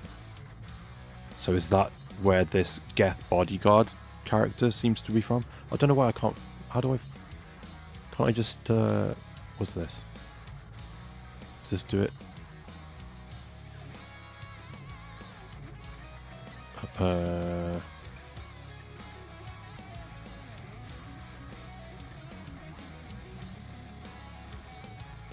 Hold on.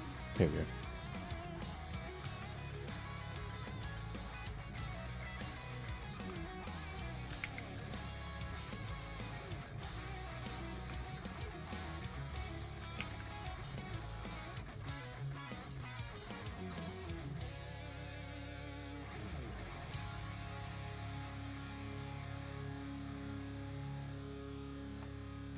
Can't I image search the image? Whatever. It doesn't matter. I've explained it now. That's even smaller. What is it? Maybe in the tweet? Will it be a... Ugh. Twitter. Oh. Clicked out of the window.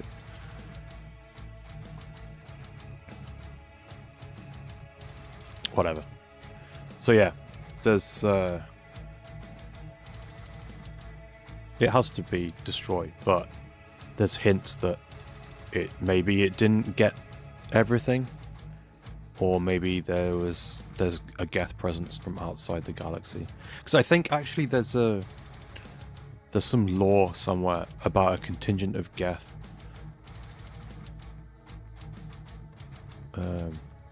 That for some reason aren't... Because the Geth are like a collective thing. Like a hive mind collective thing. Like the individual Geth units aren't individuals, they're just hardware accessing. They're like how... Yeah, they're like hardware accessing a cloud sentience.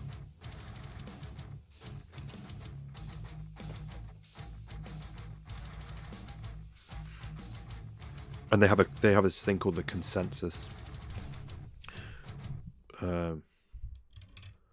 which basically determines their actions on a individual unit level, but it all serves the greater purpose of whatever the Geth, like,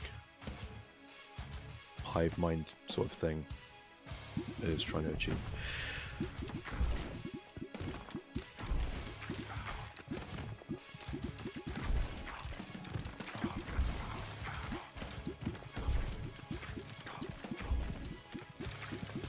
But then there's you eventually in Mass Effect 2 get a Geth party member, and they've started to become an individual, which I think is because you basically they actually have part of their, like, the character model is a piece of your armor from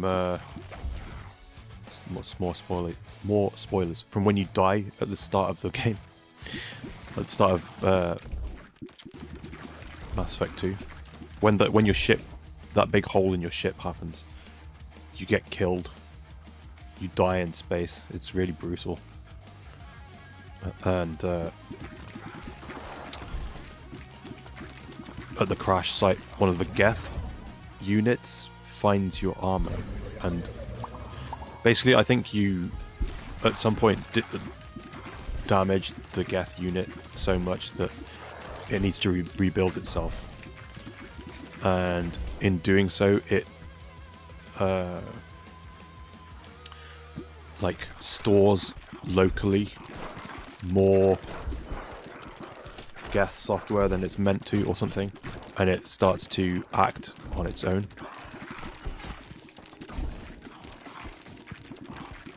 And then the thing with your armor being part of its like makeup when you discover them. It's like it's part of how you realize that it's becoming an individual.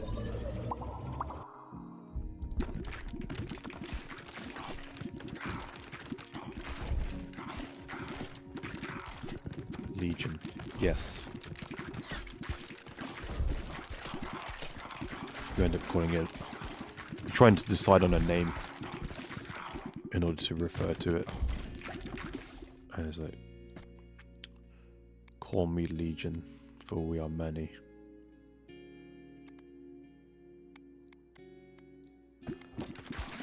What was the that spider? What was it? Spider swing frame thing? I was scared to click on it because I don't like spiders.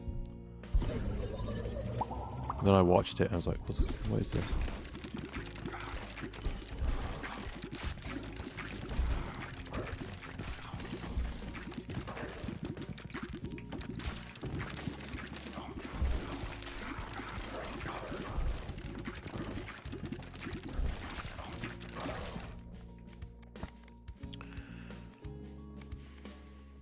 Increase crit chance. Okay, well I'm doing a lot of that. I think my strategy with this character is left to right and try and keep, excuse me, try and keep the aim as straight as possible. And then spec into stuff that passes through enemies.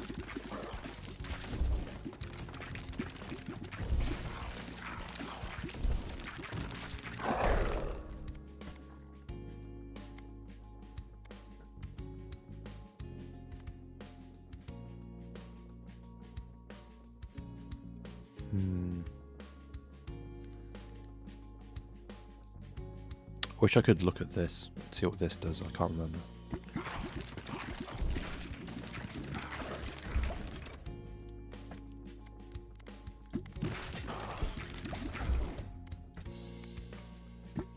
Yeah. Let's. Ooh. Or we could do a new thing. I'm gonna have to do a deep dive on Mass Effect now.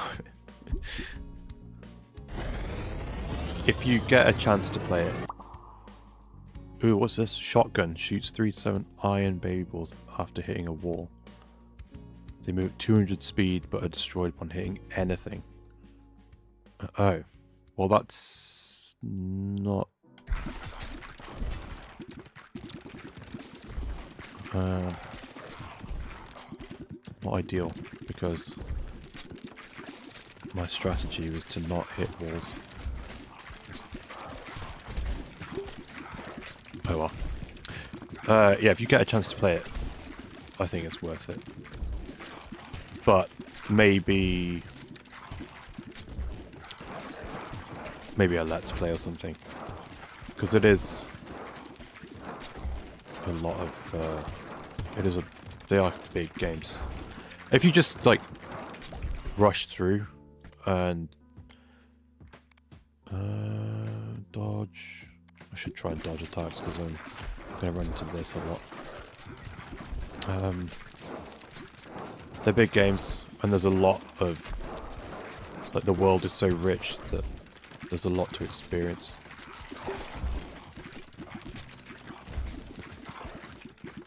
Yeah, this is not the run.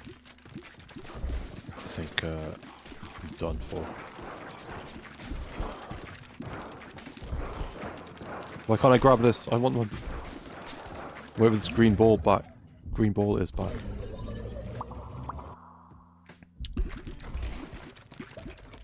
I would like to replay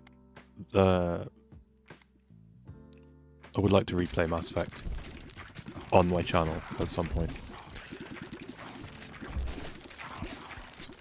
I know it's early days still, development wise, but I was hoping they would announce a release date. Or at least like a release window. This N7 day. But alas, no such luck.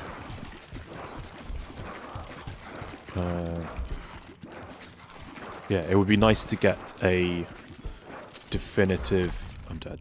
A definitive... This is my Mass Effect save. To import into the new game. Assuming that that's what will happen. Pierce through boulder... Let's go... that one. Okay, I'm not enjoying this character. Let's go back and hopefully unlock the other one though. Cool. I really need this building made, the stone mine. Ah, see.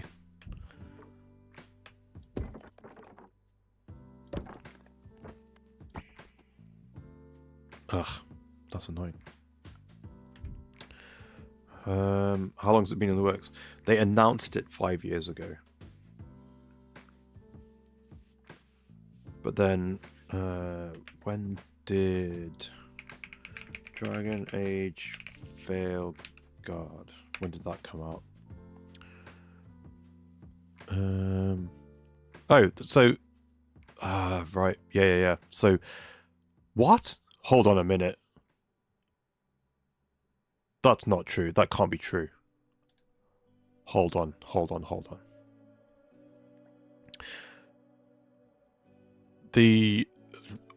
I need to pay more attention to Dragon Age the Veilguard, because apparently Hans Zimmer composed the score.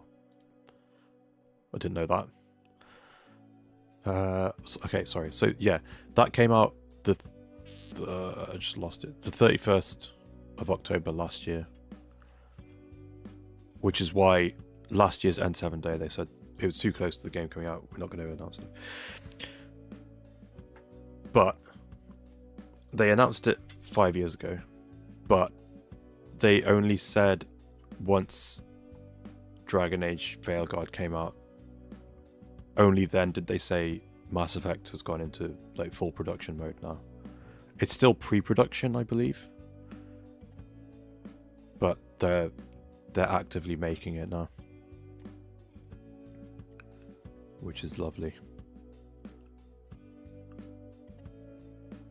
So it's gonna be a few more years.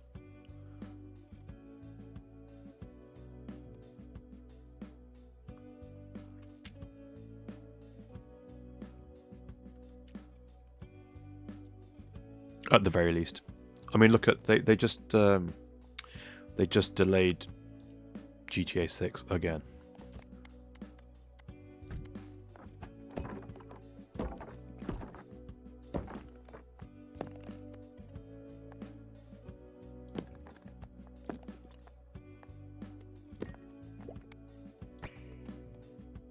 Okay, here we go. Ooh, this is not going to go well, is it? Whatever. Going for it. Oh, it went well. Never mind. I'll take it back. What is that? Is that a character? You unlocked a new character, the Empty Nester. Okay. And now, this can go in here. And stay. This can... What does the watchtower do? Increase harvest clock. Fantastic. And then this.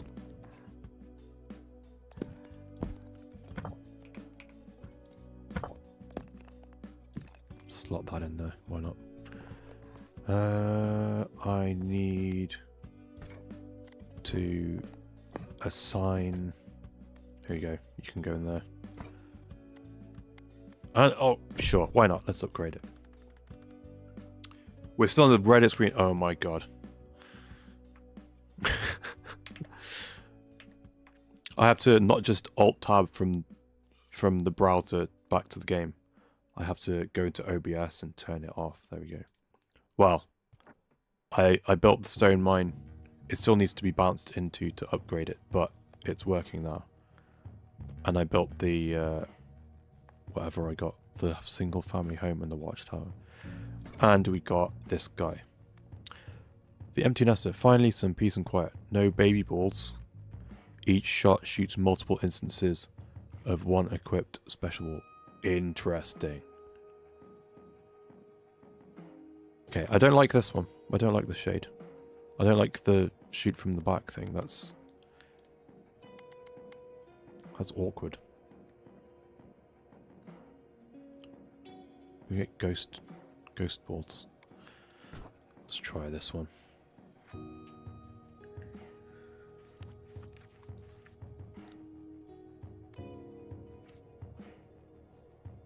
Ooh, I got all the blueprints from the second one now. Maybe that's a sign. Maybe I should just start playing the third one. I'll do one. One boneyard.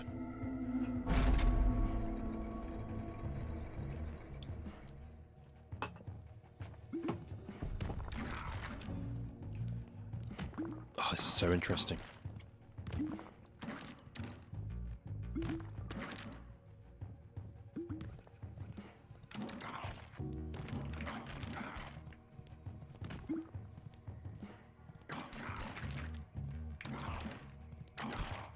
Oh, it being the ghost ball to start as well, that's really awkward.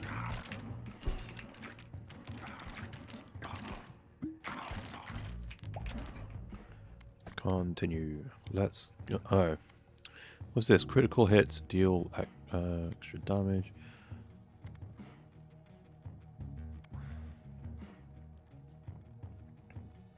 Reroll. Here we go. I want extra stuff.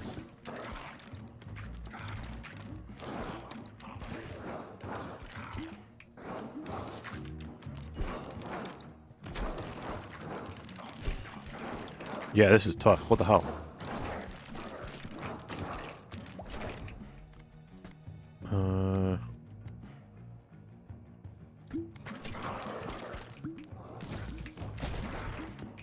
There we go. That's cool. That's cool. And sure, there we go. We've got 4 ball slots taken up.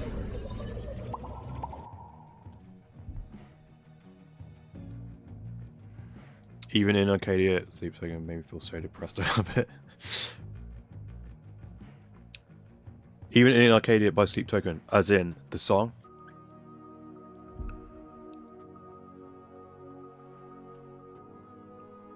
Oh, especially Damocles. So, album made me so depressed. Particularly Damocles. Such a beautiful album.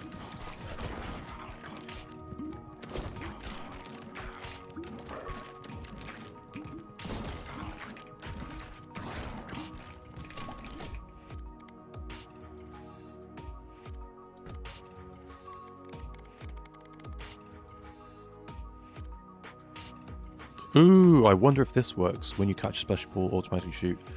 Because it says that I don't have baby ones. Oh, there we go. Ooh, that's interesting. It's so good. I believe it performed well in the pop charts. It's so good.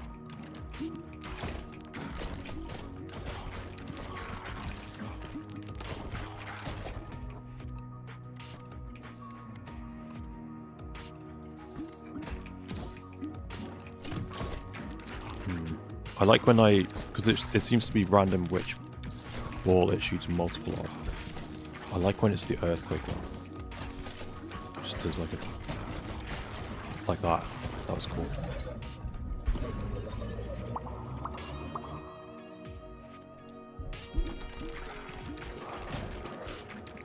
How did you feel about all the rap stuff? Seeing as you don't listen to much rap. Was it? Because he's such a great lyricist as well.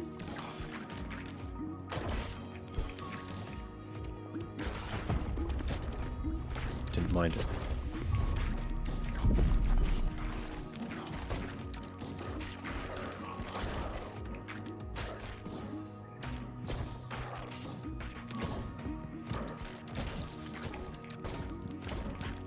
Give me that.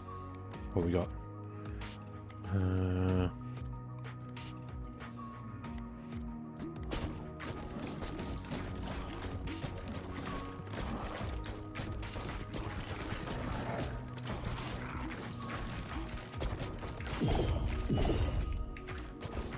Calm down. Shall I get going?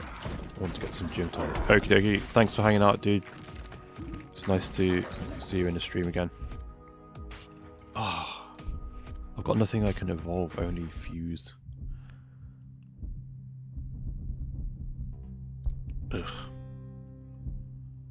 Guess we'll go with these. Lightning that can pass through, hopefully, and damage everyone. That's fun. Let's double down on this thing.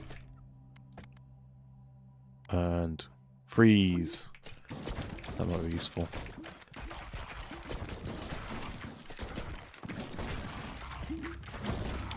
Those tend to take a part C for me to take a. Christ, that's not what you said at all. Take a bit to process, understand. Yeah, I'm that way. Okay. Here's a little, I guess, musical. What does this do? This is a little musical journey thing that I've done over the years. I don't want to do that either. When I started playing guitar, everything became about guitar, music-wise. I was like, I didn't listen. There's even a band that I really liked, where the guy is French, singing English, and his diction is terrible to the point you can't really make out what he's saying. But I love it. Yeah. So musically, that's all I focused on. And when enemies frozen, they may chill. Sure, because I've got the freeze ball. Let's do that. So evolution. Thank you.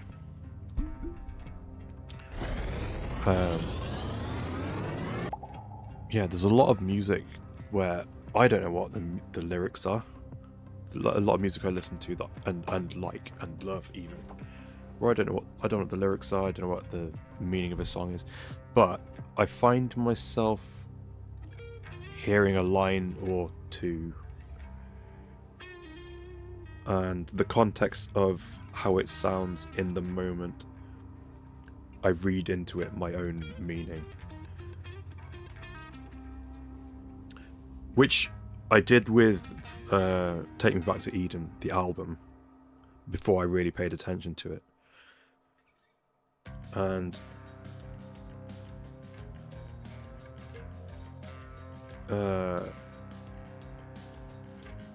which song is it?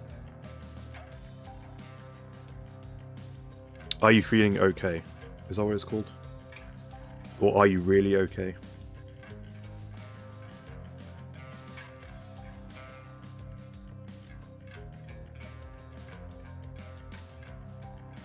Yeah, Are You Really Okay? I heard that song and thought, oh, it's Vessel singing about trying to save someone, like a loved one or a friend or a girlfriend or something. But no, I found out what the song's allegedly actually about. And it's about Vessel attempting suicide. And there's a song, another song on a previous album from the perspective of Vessel trying to commit suicide, and then this song, Are You Really Okay, is about the same event but from his mother's perspective, and it's the only time the narrator, for lack of a better word, the narrating entity in the song is not either Vessel or Sleep. It's the only time, I think, in their discography. I was like, oh, I appreciate it for the actual meaning behind the song or whatever. But I had my own idea of what the song was about, and it somewhat ruined it for me, knowing the truth of it, I guess.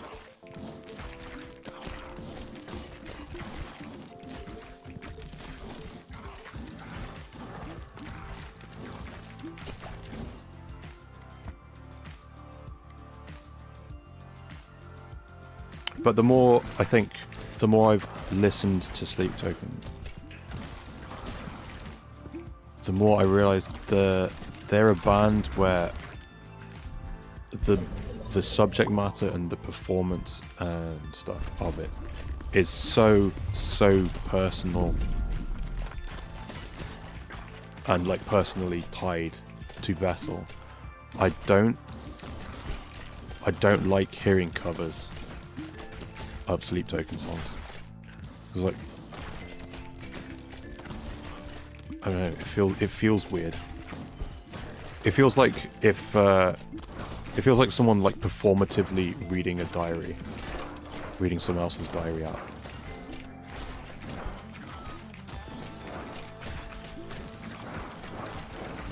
I don't know. That's how I've come to think of Sleep Token. I'm getting wrecked here. Oh god, I wasn't paying attention to these guys. Oh no. I'm getting hit too much. I'm dead. I'm so dead.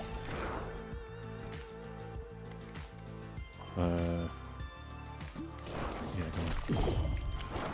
Boss is gonna hit me. I'm dead. Yeah.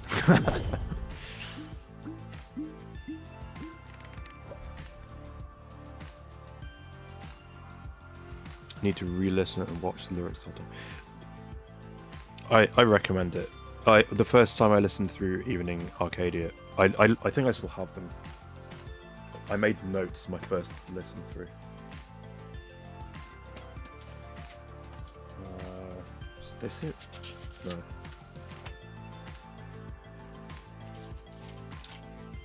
Wait, did I keep them? I don't know if I kept them.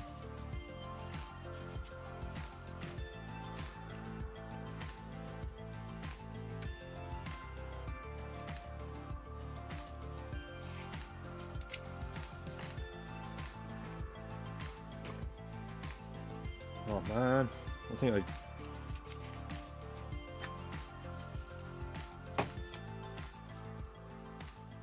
Aha! I found them.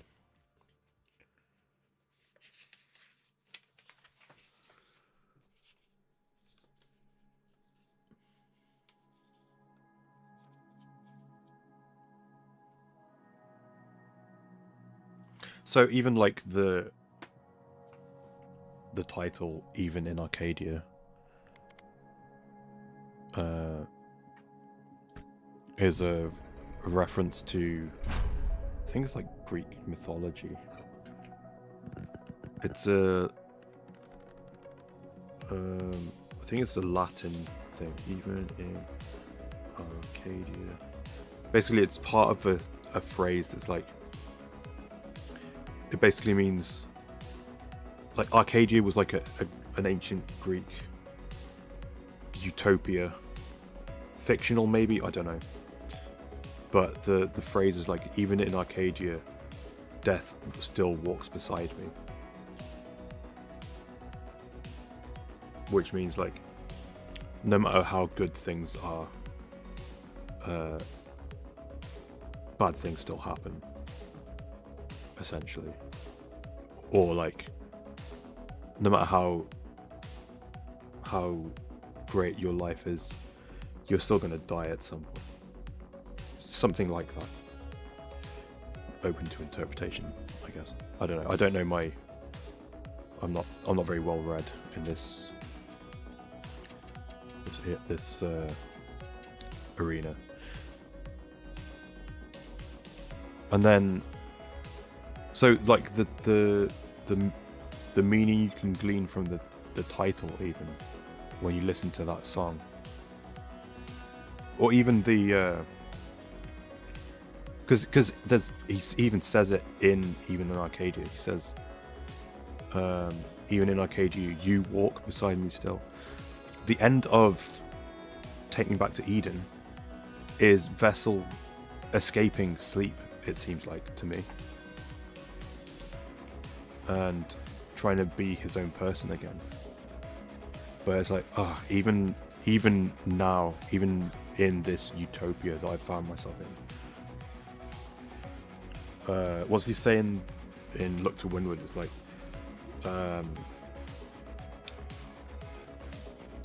now I know why I woke up on the shoreline or something. But it's like he's escaped, and he's trying to remember like who he is and all this stuff.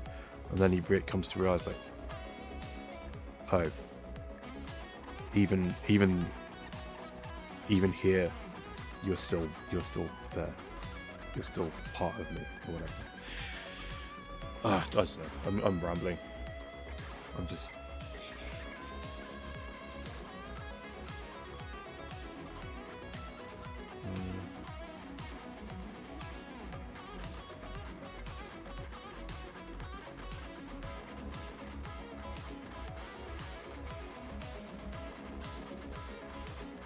There's also throughout the Even in Arcadia album, weirdly, it's like the only time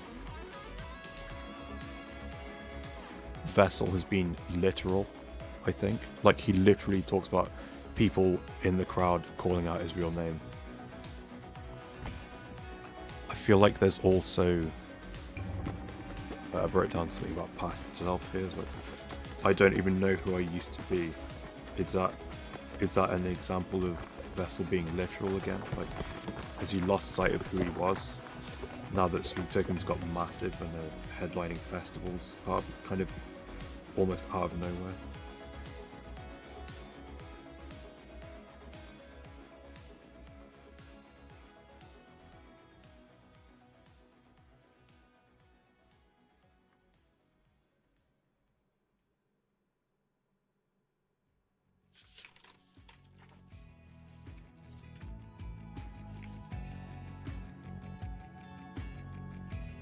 And then Caramel. Caramel was the most direct he's been. That's the one that everyone was kind of shocked by, because that was one of the singles before the album dropped.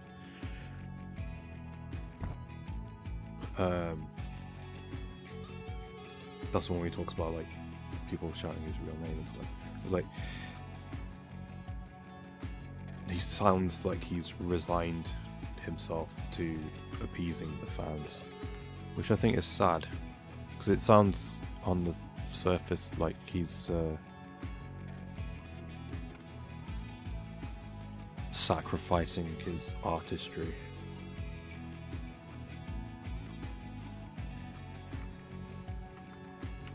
And then the other one I was going to talk about was Gethsemane, which I don't know if you're. I'm not, but I've had to read about this because I didn't know it. The name Gethsemane, it's the, I think the mountain where, or it's a place near a mountain, and it's where Christ went after the Last Supper, I think, after being betrayed by Judas, to pray and ask for salvation, knowing he's about to go to his death, basically. It's like, oh, context. The context of... hold on, I've got my notes here. Why don't I just bloody read it? Gethsemane, a garden in Jerusalem where Jesus... Jesus Christ. Can't read my writing. I scribbled this down so quick because I was... garden in Jerusalem where Jesus was arrested before his crucifixion. Place where Jesus underwent the thing called agony in the garden. Takes place after Last Supper and before the betrayal. Experiences anguish and prays for deliverance from impending suffering while accepting God's will.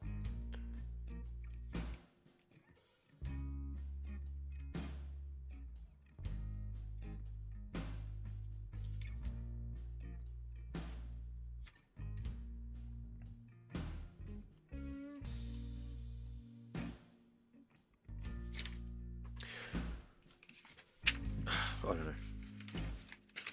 Just greatness.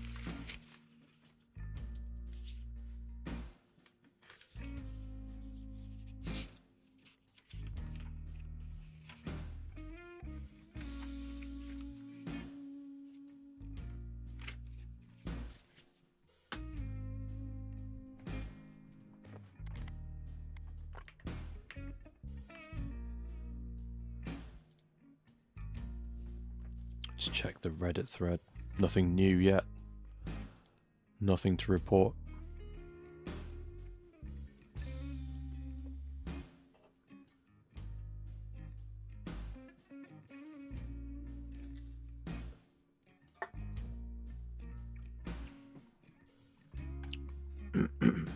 Yeah, I'm so with you on that. Like, going back through it with the lyrics up.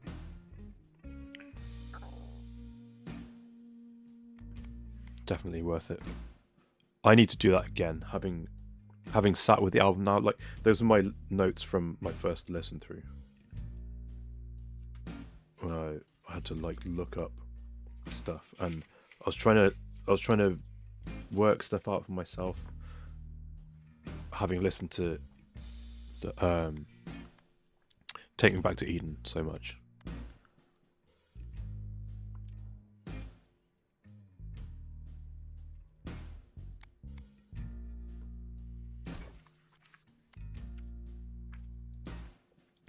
And kind of understanding on some level, having an understanding of the lyrical meaning of that album.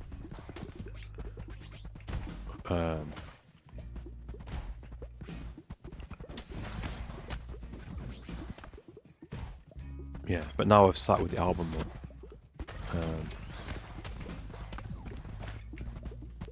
Maybe I will glean different or deeper understanding. Hopefully. I'm excited to be heartbroken. That's the thing, right? I've watched a few people do their like first listen of stuff from Take Me Back to Eden. The last track on that album is Euclid, and I find it to be absolutely devastating. But other people hear it as like hopeful,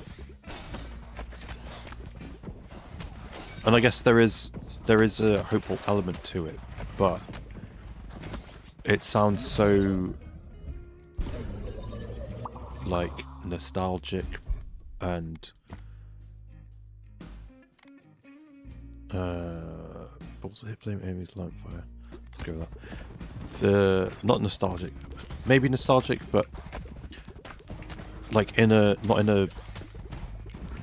It sounds like a mourning for the nostalgia, not hopeful to me. And it's like a lot of the, especially on Take Me Back to Eden, I think a lot of the lyrics, and particularly the way that he performs them, is like heartbreakingly, desperately romantic.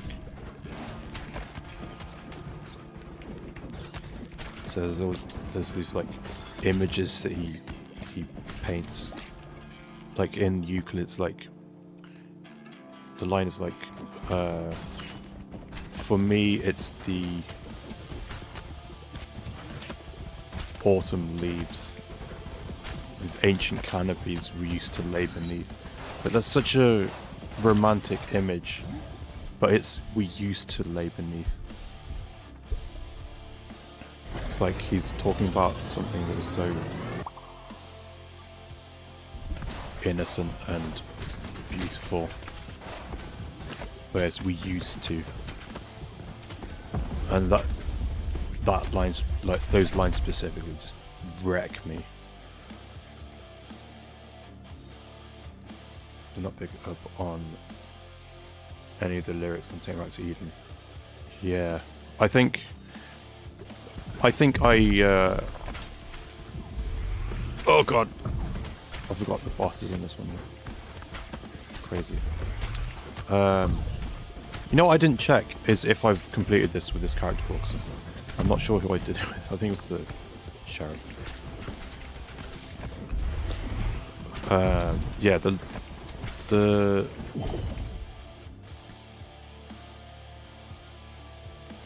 I'm a big fan of the lyrics on Take Back to Eden.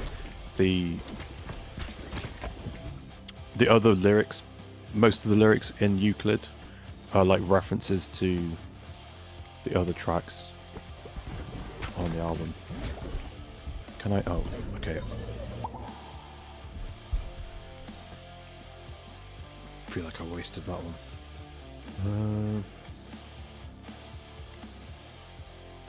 Do you think vampire and egg sack go together? Let's try that.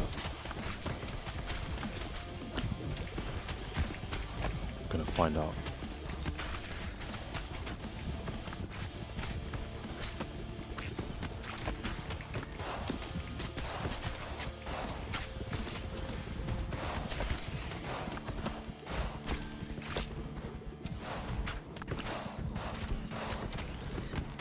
Oh dear.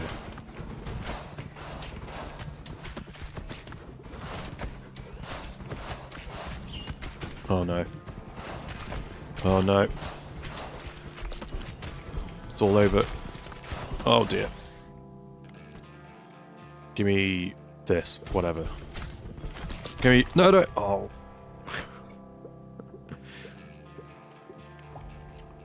Feels like they would go together. I feel like they would go together. Housing ability has been upgraded. Each harvest, the first 3 workers that bounce on this building gain 30% movement speed. Nice. Wait, what did that say? The first 3? Or the first 2? Because it was first 2 before. I guess I can just...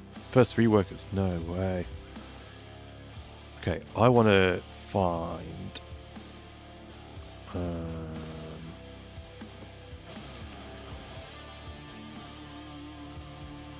I'm just remembering now. I should probably upgrade all these things that have start bonuses.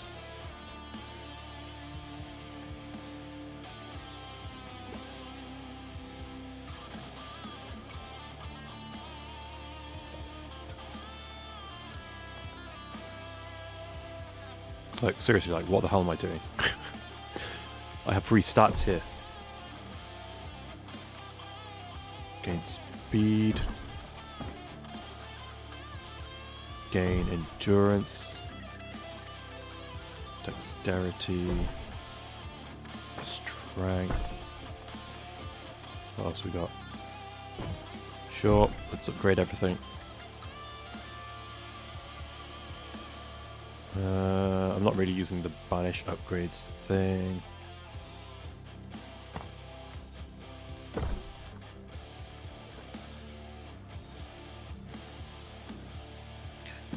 Bonus leadership.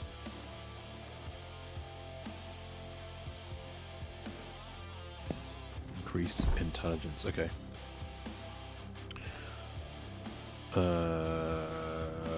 Let's go.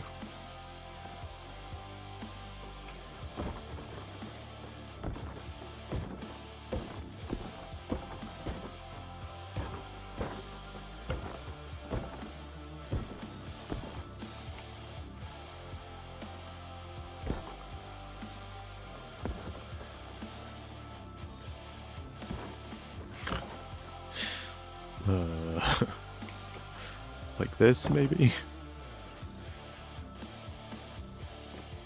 Let's see, can they even start? Nope.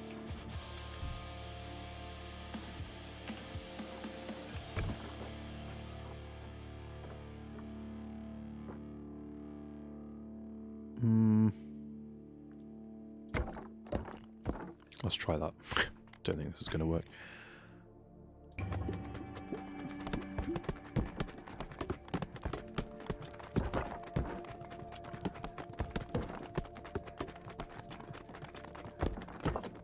Well, I got some things done. Not all. That was actually way better than I expected it to go. Okay. I mean, I'm just gonna keep going, I guess.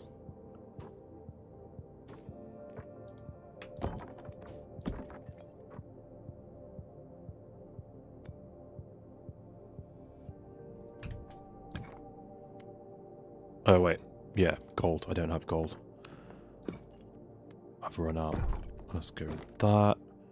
And that. And that. And that. Need gold. Ooh, I can afford that one.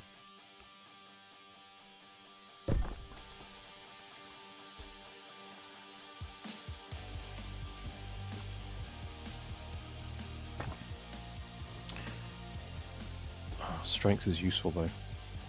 I need more gold. I suppose when I get back to this again, I can probably afford to do that.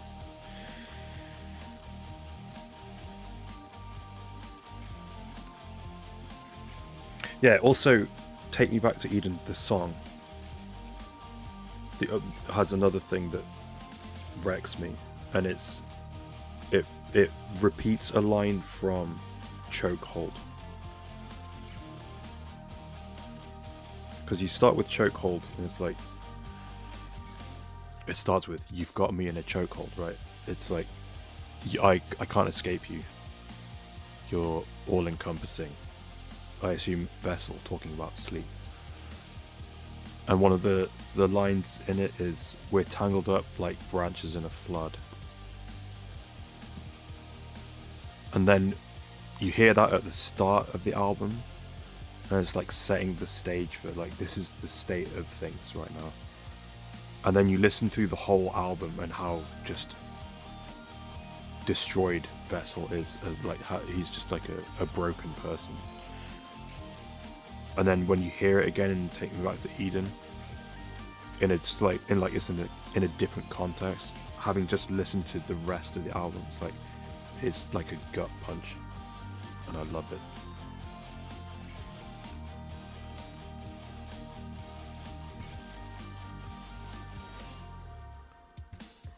Okay, time to check the Reddit thread. Nothing new. Damn it. I'll be interested in the other Mass Effect fans, like all the lore channels and stuff. I wonder what their theories are going to be about that Krogan image, the Civil War thing.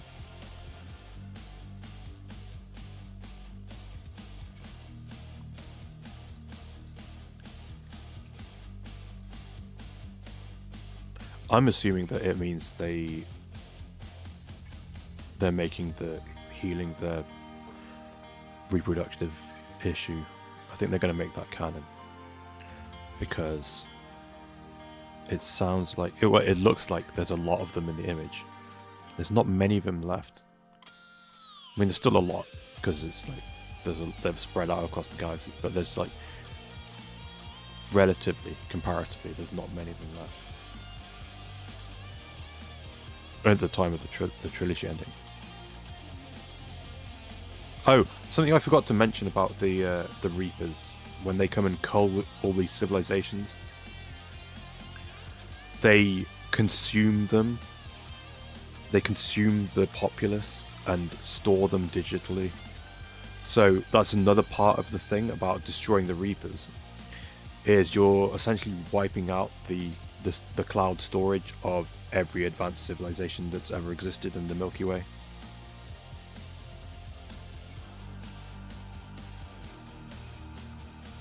Which is pretty messed up.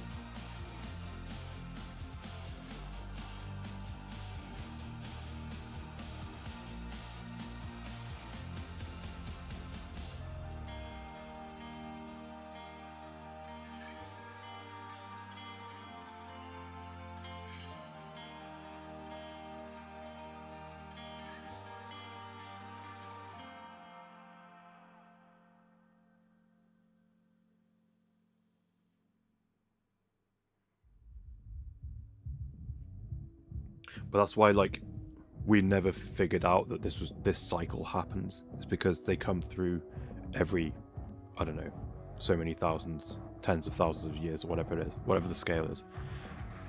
And they come through, consume all they consume the culture as well. So it's like archaeologists, we find evidence of the previous most advanced civilization, and then we accredit all the advanced technology, which is actually the Reaper technology. We accredit it to that civilization, but we don't find evidence of like 3 cycles before, because it's all just been obliterated. Some of it's just through time, it's just gone.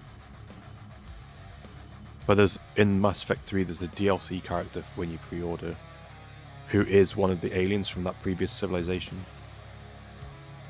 And being a lore nerd, I'm like, oh my god, I'm putting this guy in my party for every mission. I need to hear his perspective on everything in the galaxy. And there's like one of the other advanced civilizations in this cycle. Their lifespan is like 40 years. So they're a really quick, a fast-lived race of people. So everything they do in their life has to be really important. They have to give everything to it, because they only have like a 40-year lifespan. So like, if we're going to try and do some scientific stuff, we're going to go all in and figure stuff out. They're like super advanced in that way. But the guy who's from the previous cycle civilization, he's like, oh, these guys are here? Before, like in the previous cycle, these people still ate flies. Damn, what a put down. Okay, let's try one more. Hold on, can I look at... Oh yeah, I still need one more gear, so I need to complete it with someone. Okay, I've done that. I was right, I've done that one with him.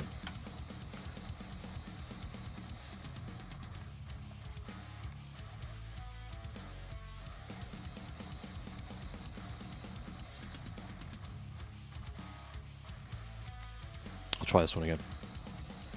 I like this one. Yeah,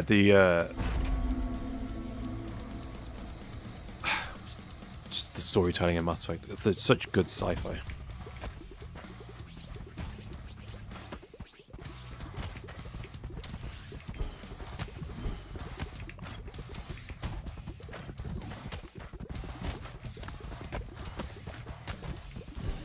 There's no way I don't play through it again at some point.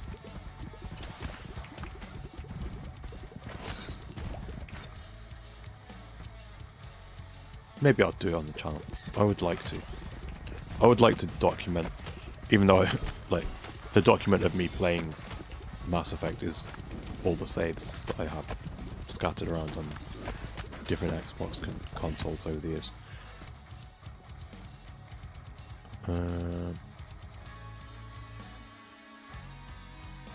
Well, I already have this. That's already a base trait of this character. Wait, is it? No, it's not. I'm gonna grab that.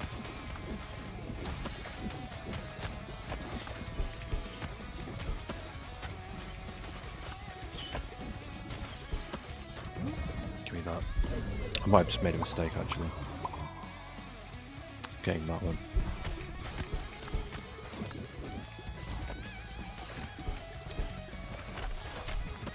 Damn. I would like to watch a playthrough of it.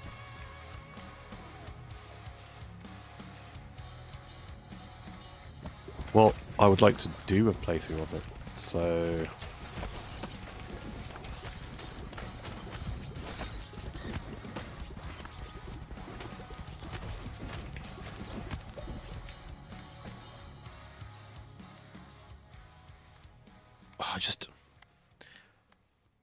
Okay, one day. Maybe it might be a New Year thing.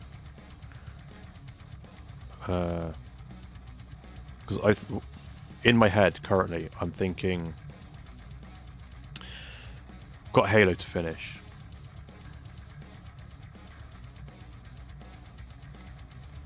What am I doing here? Let me just make this decision.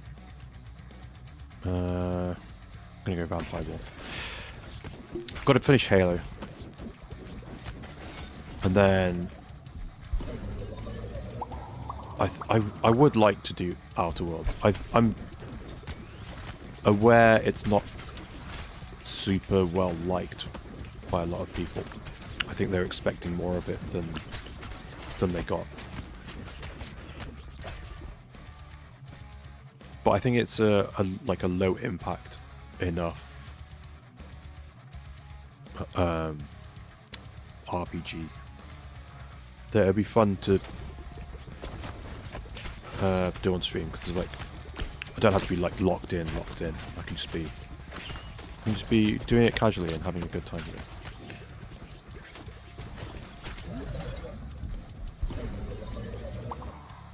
So, Halo, Outer Worlds, and probably before then I'll be back on Minecraft anyway. So we've got Minecraft, and then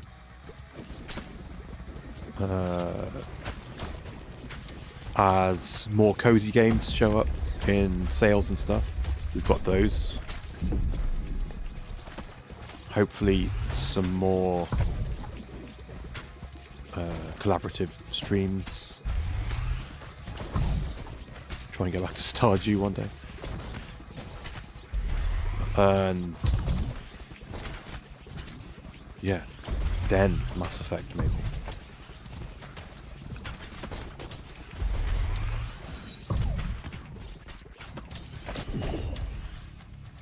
Come on. Ooh. Level me up. Level me up, Scotty. Come on. Gotta try and hit 3 on the wind one so we can... excuse me. Oh dear. Oh no, this is bad. This is so bad.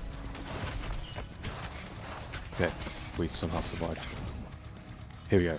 Yes. And then, boom. We've got this one. Blizzard.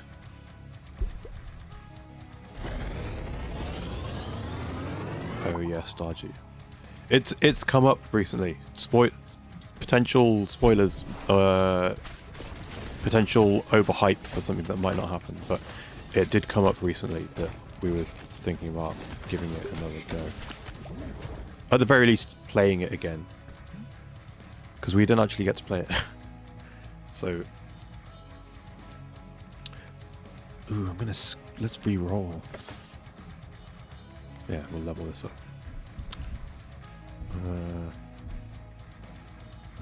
Fish. Because I was like bought into the hype. I hadn't played it for, I think... What was the... I've got the image saved, sorry. I've got the image saved somewhere on my desktop. Can I minimize this? How do I minimize the game?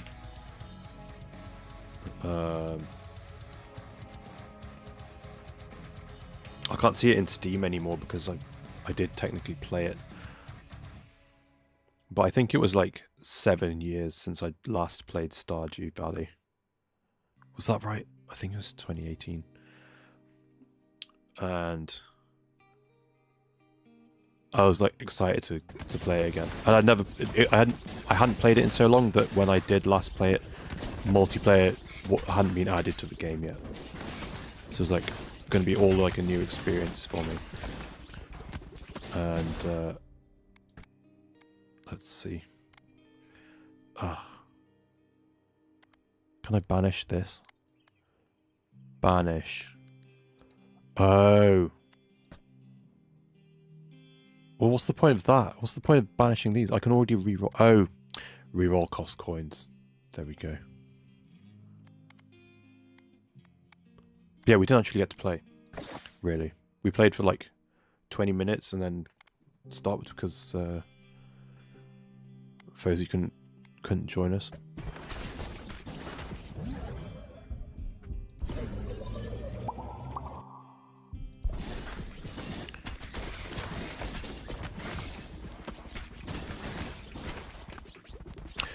But also, if I figure out,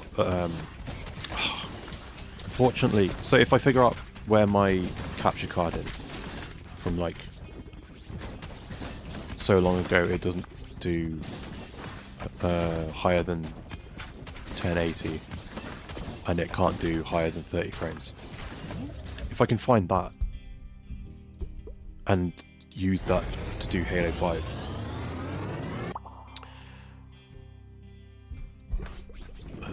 that opens the door to do other Xbox games. That opens the door to my Xbox game library, which is significantly more vast than my PC one.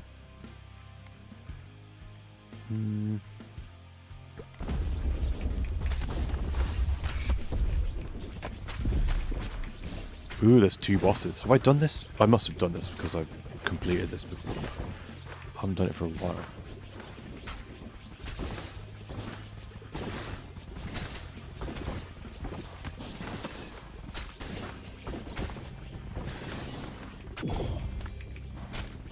Two bosses. What's more scary than one boss? 2 bosses.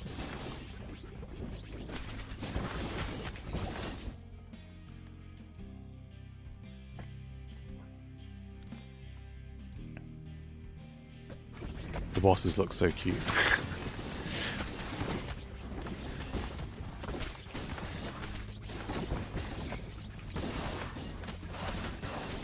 I don't think I managed to sell Daisy on this game last stream. It needs to be like 10% cuter or something. Oh, come on. I'm not taking either of these out right now. Oh, got one. Oh, got so much XP. Please. Die, boss, die. Oh, that was close. I'm already nearly half... Well, no, I'm like a third the way to the next boss. Okay, vampire and poison. Let's try that. Let's see if that's a combo.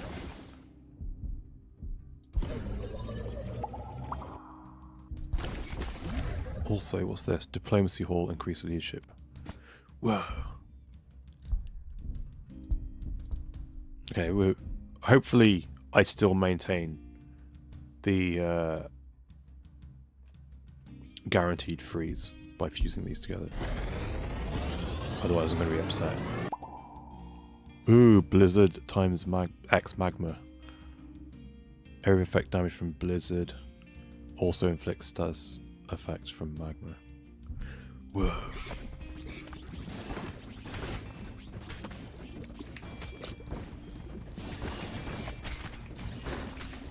I don't know how good this is. I'm just winging it.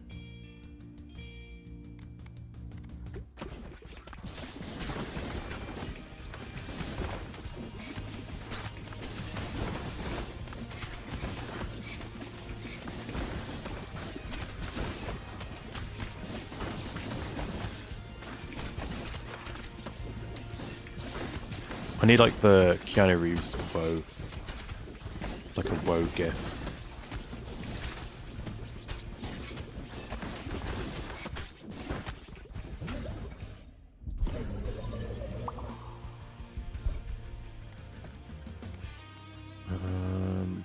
Ooh. Okay, let's get the ghost one.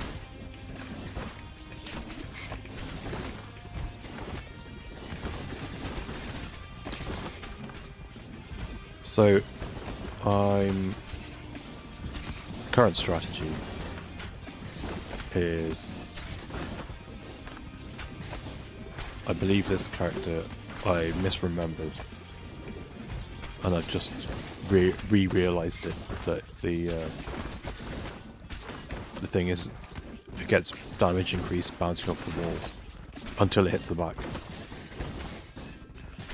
So I should be doing side to side as much as possible.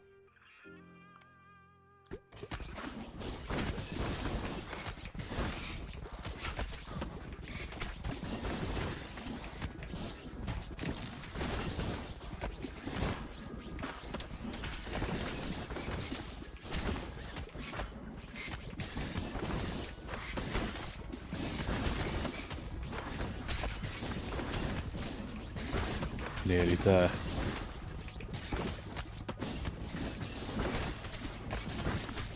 Well, I think it must be doing pretty well because, like the combo blizzard and the magma thing. Because I've nearly cleared the floor, which is crazy.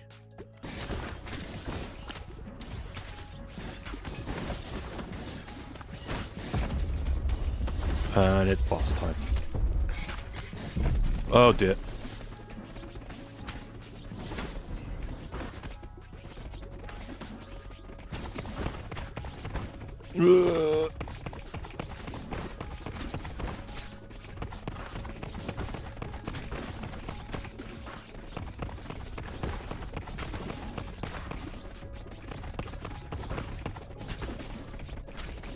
I remember now.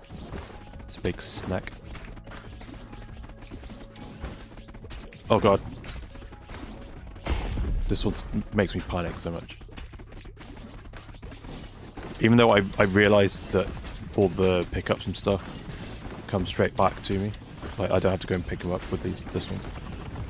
Seeing them like extra random stuff fly towards me freaks me out. Damn it, damn it, damn it.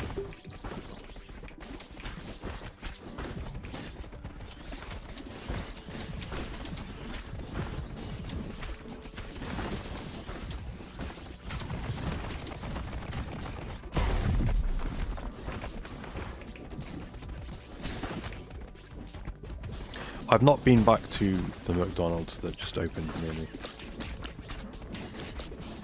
Since it opened. Since that opening day fiasco. And suddenly I want like a Big Mac.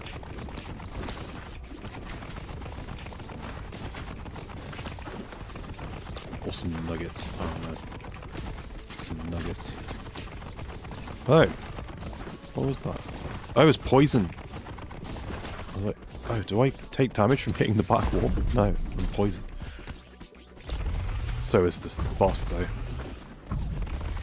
Damn it, I never got to find out what happens if I merge, if I can merge the vampire and the poison. Another time. Take out this guy.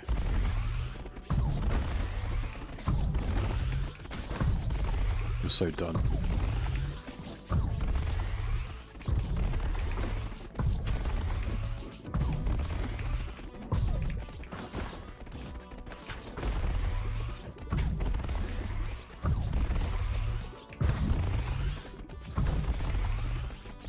Hell man, this like last 5% health is taking the longest.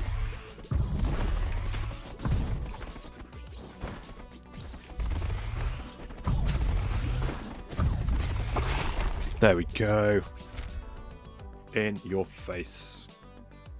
Got another new character.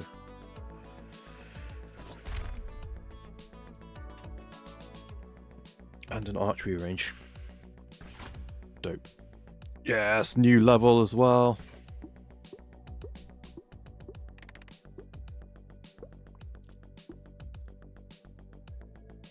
And the trophy. Damn, do I have enough gold now to build all this stuff though?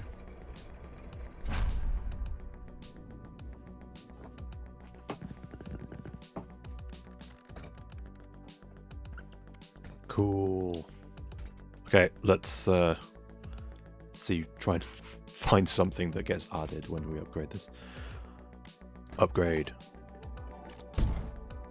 Oh, I noticed the fungal forest. Gross. I noticed that some of the buildings in the middle change. Oh, I've got to do it 3 times now. Interesting. It didn't just get thicker. More stuff happened. Okay.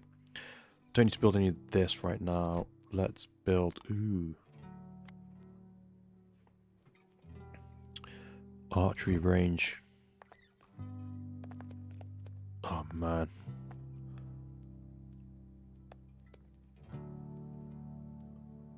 Okay, hold on. Let's go like that. And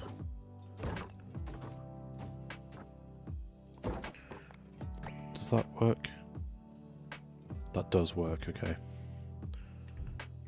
And And then does this fit here? I don't think so. Oh, it does. Oh, it doesn't. No. I can move. I can move. Oh my god. Okay, well that works for me. But let's build. We can build this. Can I upgrade that now? I can afford to upgrade that, but this costs gold. This doesn't. Okay. Let's go. Move this. Stuff that I don't need to bounce off ever again. We'll move it.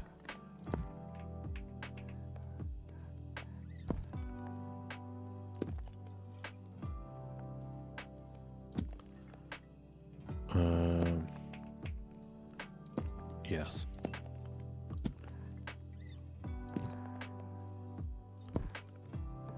And then we'll move these over.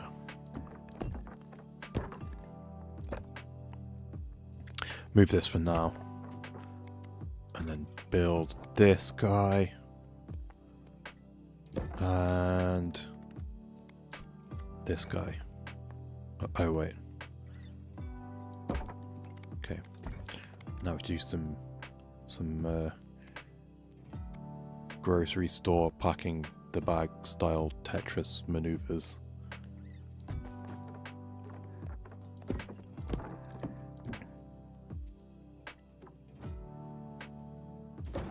Wait, I just found out I can move, so let's work with this.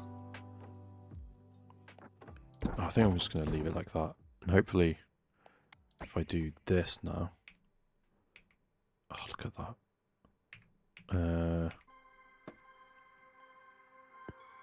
I'm going for it. Yes.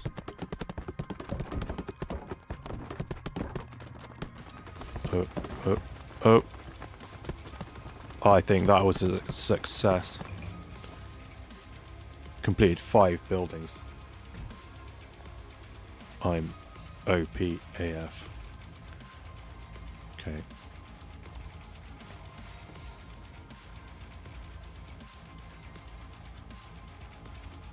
Where's the strength upgrade?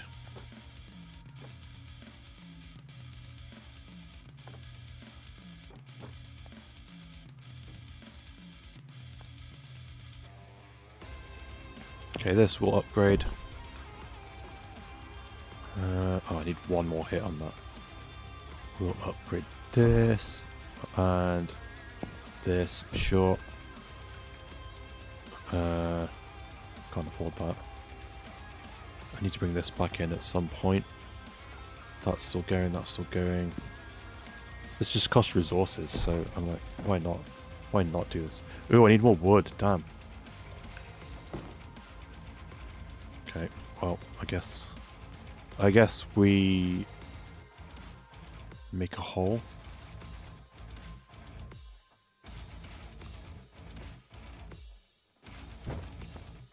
Let's move this.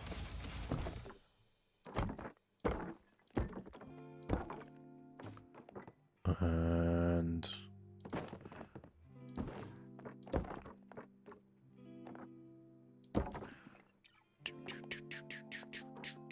no.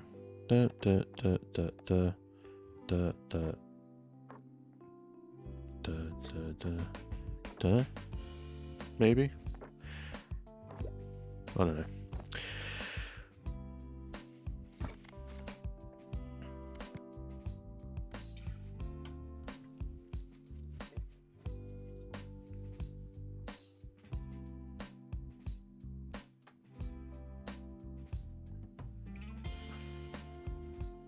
Might take this guy because I've like won on everything. This one I still haven't done the ice one, so this. Okay, let's go check the Reddit thread. Refresh. Nothing new. I am going to quickly have a break. I need to visit the bathroom. Okay. I'm gonna go grab a snack as well, maybe. So I'll be a couple of minutes. BRB.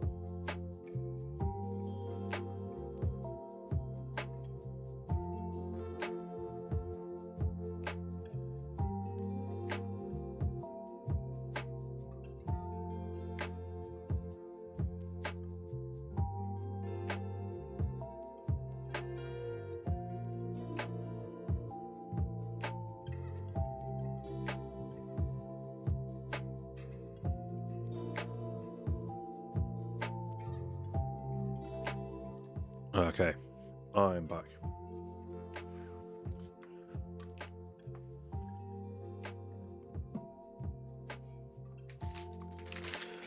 I got these cookies which are like kind of like Oreos, but the cookie part is like a chocolate chip cookie. And then the cream bit is like chocolate cream.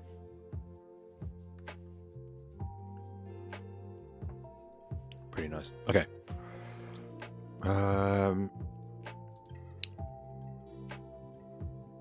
Do we continue with Ball X Pit? Or should we mix things up? I don't know what that looks like. Let's see what other games I have installed.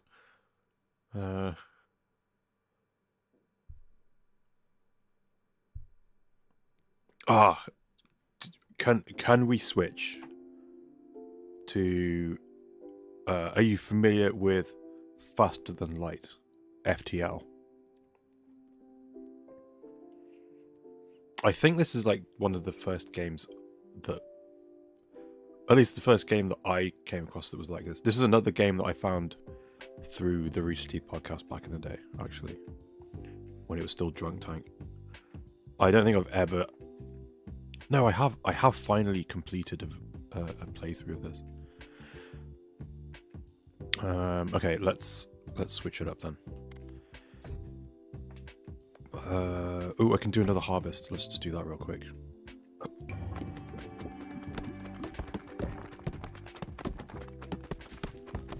Get me some more trees. Go over here. No. Oh well. You've unlocked a new character, the Makeshift Sisyphus. Cool. Okay. Let's just see what this guy does. A former king tormented by time. Balls no longer deal direct damage, but AoE and status effect damage is increased by 4 times. No baby balls. That's crazy. Okay, cool. Quit. Yes. Let's hit play on FTL. So it's a little spaceship. Oh, hold on. It's a little like a spaceship management thing. Let me capture the right game. Boom.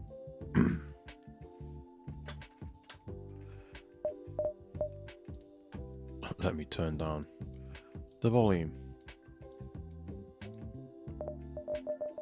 That sounds okay. So, you have a little spaceship. And you have all these little rooms. And you've got these little dudes. And you have to get from like one side of the galaxy to the other. Or one side of a star system to another. Meanwhile, you're being chased, and then every time you go somewhere, it might be it might be nothing, or it might be a random event of some sort. And as you go, you get upgrades for your ship, and then at the end, you have to fight a boss fight. I've literally done it once. I need to complete 2 more things here, but this is. Oh no, that isn't it. I think hold on.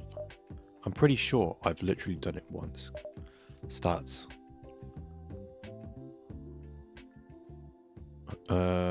Total games played. Oh my god, total victories 0.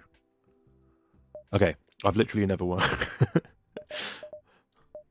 But it's such fun. Okay. We can rename the ship.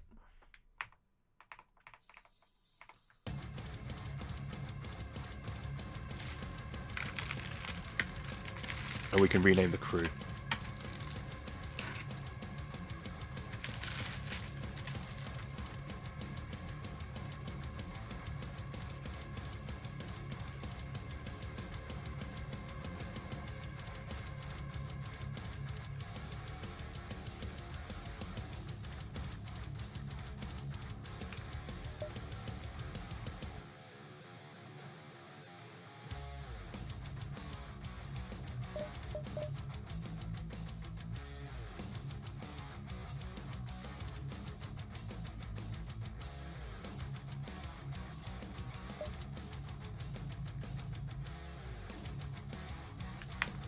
Something Mass Effect. Yes, you're so smart. Okay.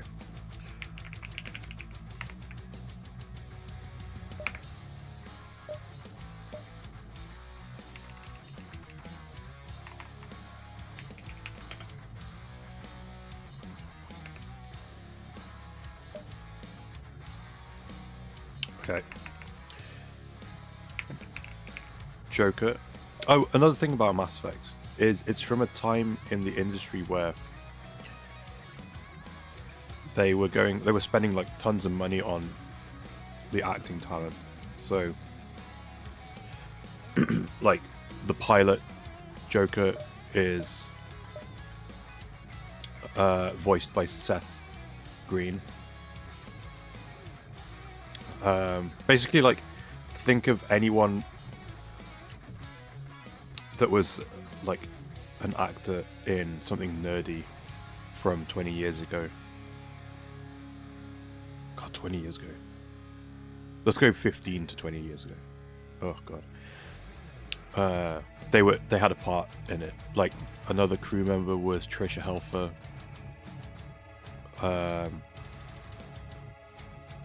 Carrie Fisher.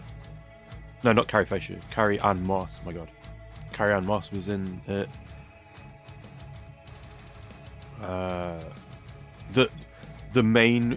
One of the main characters in Mass Effect 2, and then lesser so in Mass Effect 3, was Martin Sheen. Which is like probably it's up there with having like Patrick Stewart being in Oblivion. It's like that tier of like, what the hell? How did you get Martin Sheen?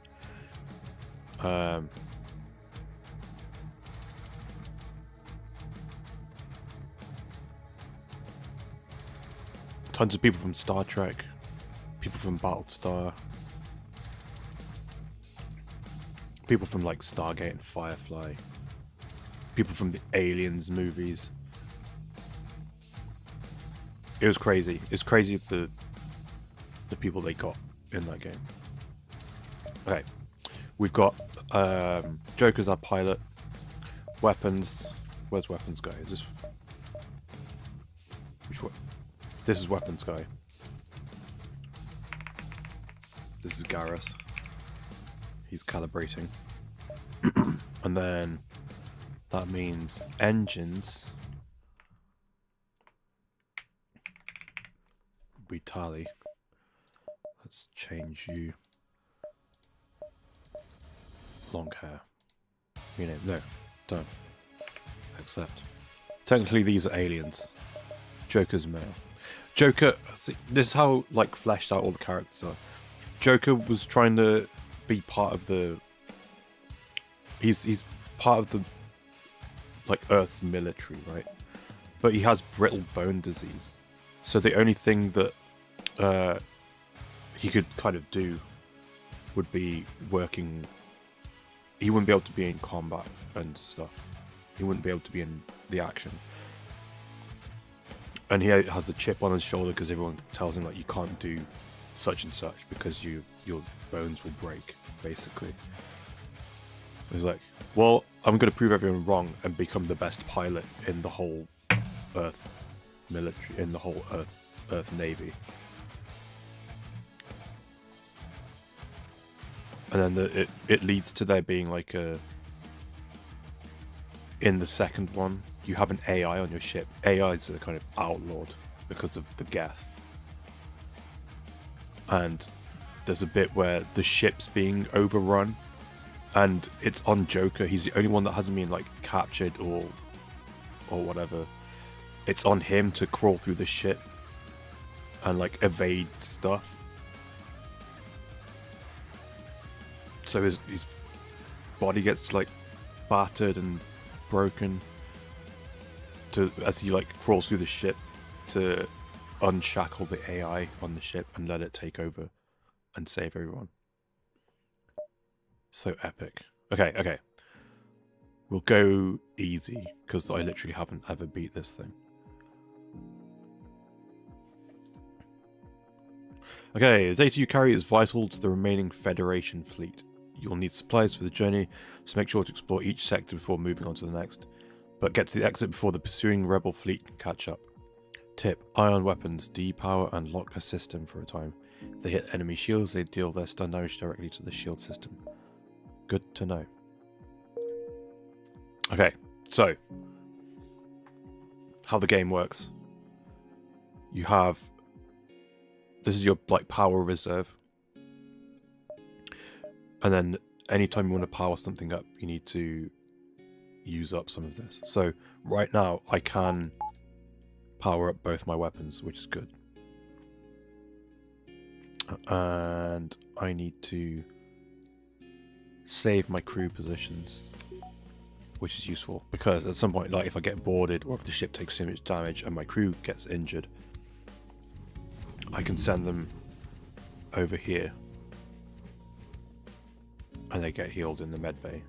And then if I need to quickly send everyone back to the stations, I have this button here, which I only figured out like in the last year, which is embarrassing to say the least. Anyway,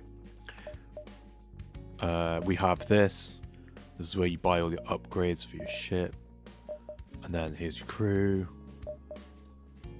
and then here are the things that are installed weapons wise. Drones I don't have yet, augmentations for the ship, and then cargo. If I have stuff like an extra weapon I don't need, I can put it here and still carry it, and then I can sell it in shops along the way.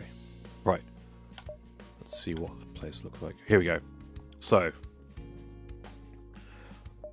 I want to visit as many places as I can before I have to leave. And then we have like little side quests and stuff. But I don't want to go to the store just yet because I don't have any money. This is money. So I'm going to go here. Probably find nothing. Go here. Do whatever this is and hopefully get to a store. And buy some upgrades. Oh no. Okay. A pirate ship was lying in wait inside this asteroid field. It immediately moves into attack. Let's fight. Also, I can queue up stuff. Missiles will penetrate shields. They'll just go straight through.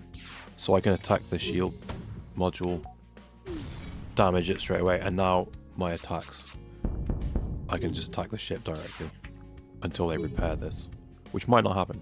Okay, you're considerably more well armed than I would have thought. We surrender. I can either accept their offer, or I can destroy the ship and take whatever they have from the wreckage, which might not be better, because I destroy the ship, I might destroy whatever they're carrying. But they're a pirate, and they attacked me in a vulnerable place, so I'm going to teach them a lesson. Oh.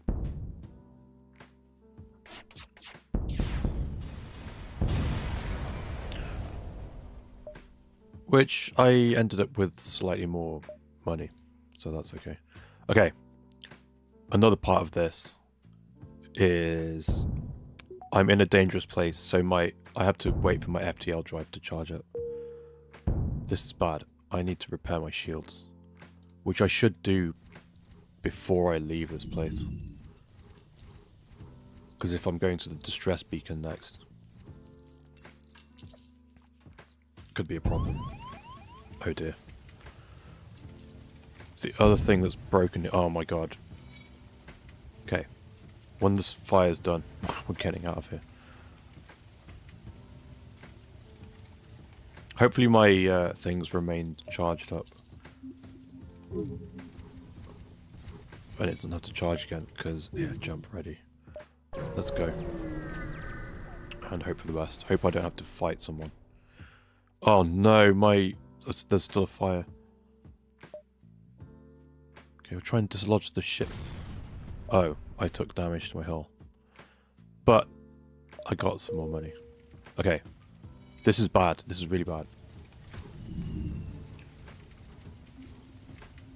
So, another thing I could do is, if this room wasn't damaged, is I could use the door control to just open a bunch of doors without having to take out this fire manually. Because if I'm trying to put out a fire, they take damage. But because we're in space, I could just open up doors and make a path so that the oxygen leaches out of the room and there's nothing else to burn. Oh no. Okay, this is bad. Let's heal these guys up.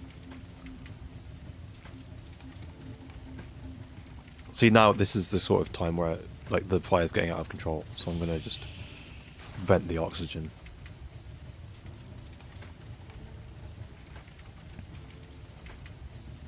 Thankfully I can hear it. I can hear the fire. There we go. So now, so that's why this is important, this O2 room, because I need the oxygen to replenish. And I have a little O2 meter up here. Okay. Well, let's go these two in here and you here. Do some repairs.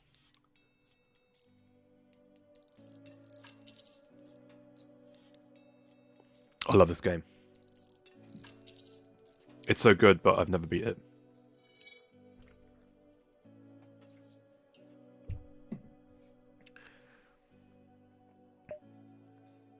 I've made it to the boss, but then I think there's like so much more game after you beat it for the first time, but I've just never got that far.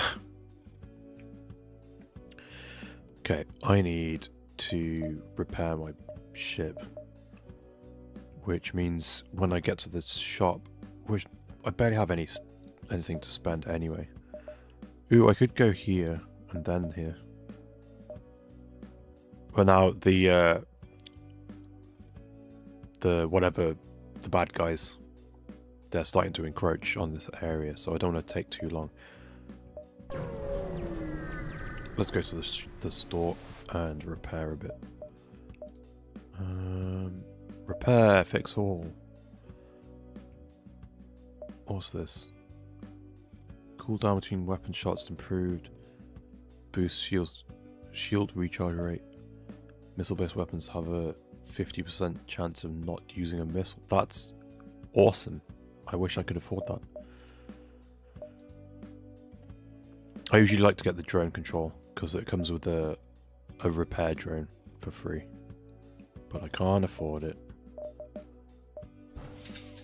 So then also, the other part is, like I said, I want to go between as many places as I can before I get caught up to by the bad guys.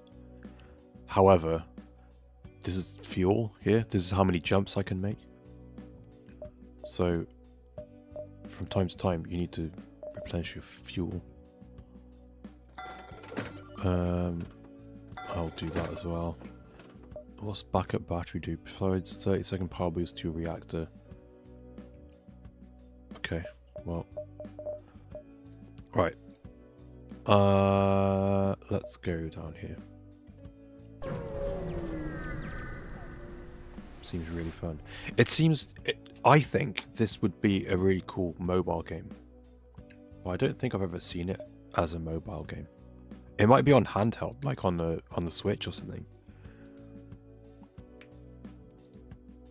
And then like the enemies you encounter, there's a bunch of different races. Sometimes you get them to be on your crew. Oh damn. Yep, I'll take your offer because now I have to. How do I? Oh, there we go. I have to deal with another fire. Great.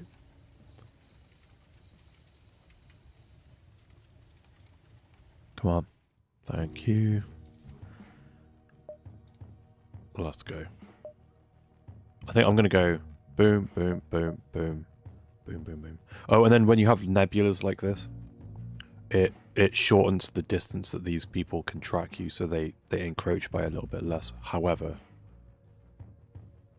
it messes with your sensors, so you can't see what you're jumping into. I ain't paying no toll.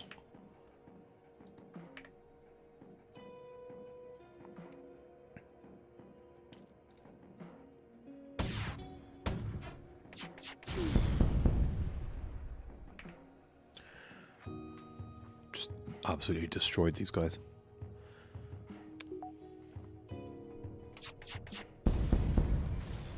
Kaboom!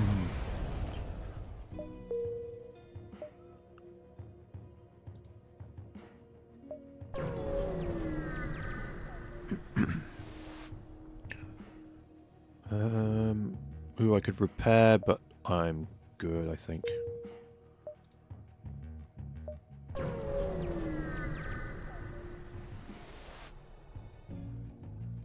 Ooh, let's aid the Federation ship. These are the... I guess the Federation is my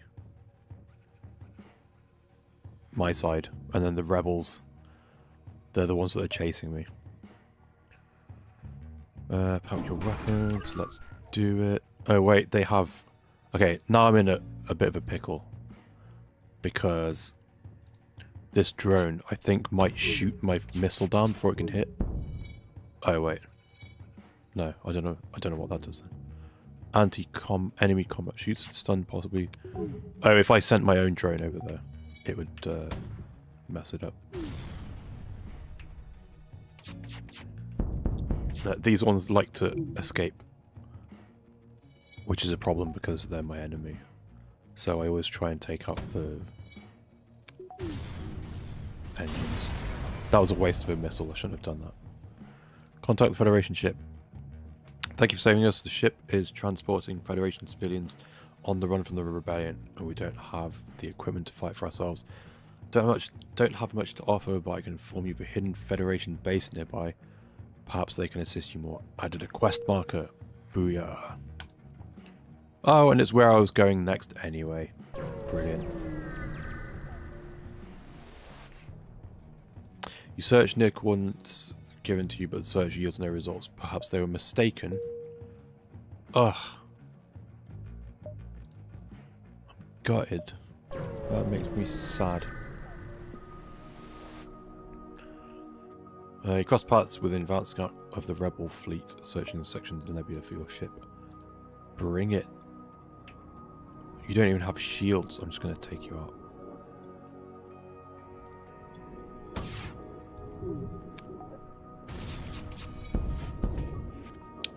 Ow.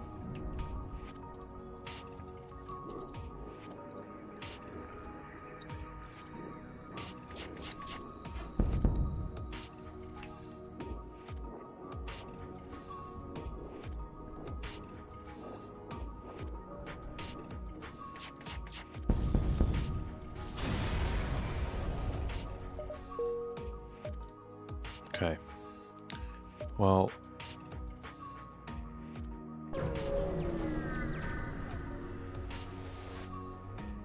What's this? It's hard to see why, but this beacon is apparently a tourist destination. When the ship's a small station offering a deal, -1 fuel. For 4 missiles, I'll take that trade.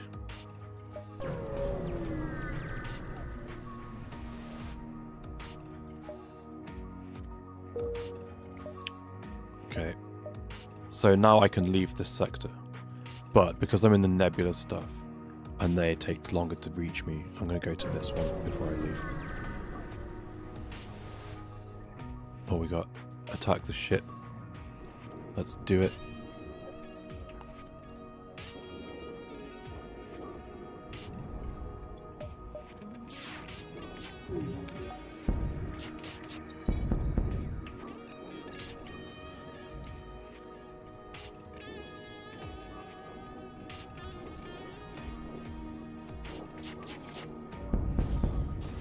Easy.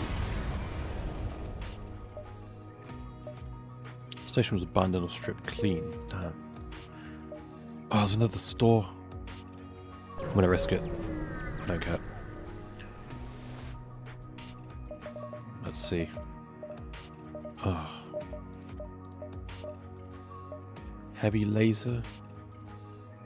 Each laser shot will be blocked by a single shield bubble regardless of the laser's damage. How many shots? Only 1. I don't want any of that. I don't want any of this stuff.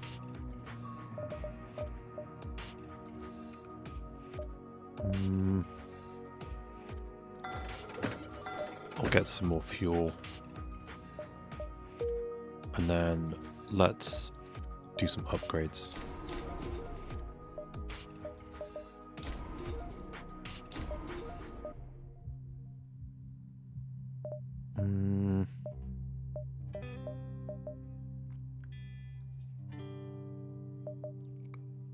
We'll see what we're moving into next. Okay, so I've got some more energy. Let's head back to the exit.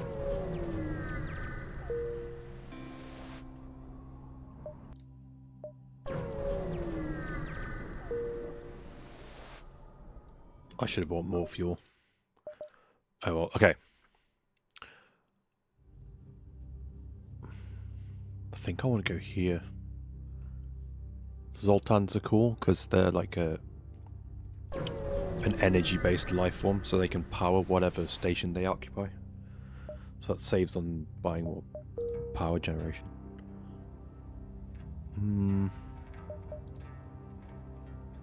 Oh. Looks like we're going this way.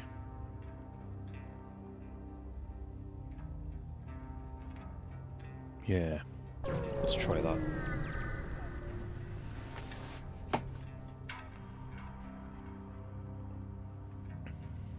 Shipyard. Can't do anything.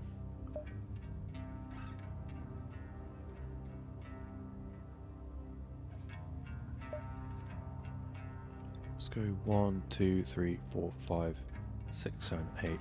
Or 1, 2, 3, 4, 5, 6, 7, 8, 9. Let's go this way. Get some more stops in. Oh, hello. Sorry, sir, it's nothing personal, but we're under orders. Well, eat some of this. Under orders.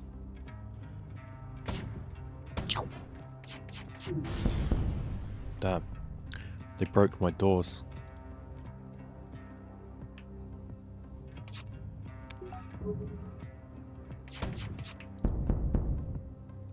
Ship appears. This is what I mean. They try and flee.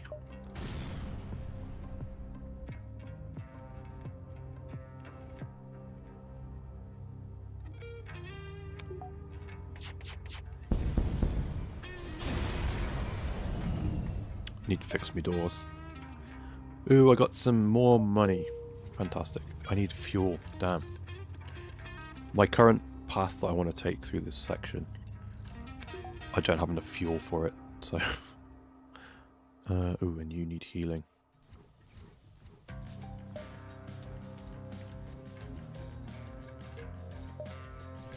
Done.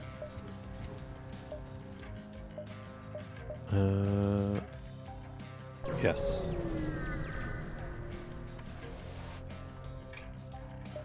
Let's participate in the study. And now there's intruders on board.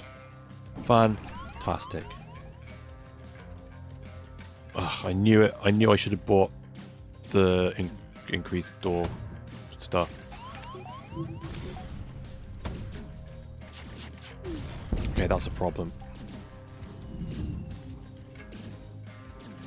So now I've got none of my stations unmanned. So I can't... oh, I can fire still. But if anything goes wrong, no one's there to like repair or anything. Take out the ship and contact the research station. Thank you for rescuing us. They held us hostage to ambush unsuspecting passersby. Please take this. I got 1 fuel, a rocket, some money, and an anti-combat drone. That's nice. I can't use the drone yet because I don't have the drone control thing, but I do have it in cargo, so if I don't want to use this, I can sell it, which I might end up doing. Need more crew. Come on, go home.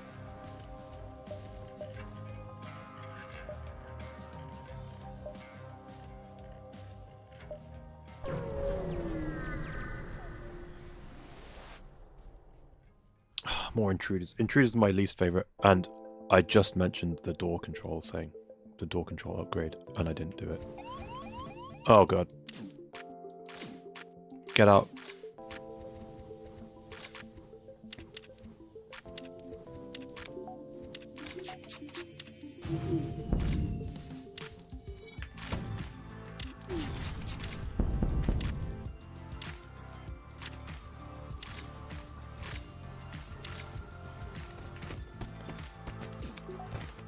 This is a problem.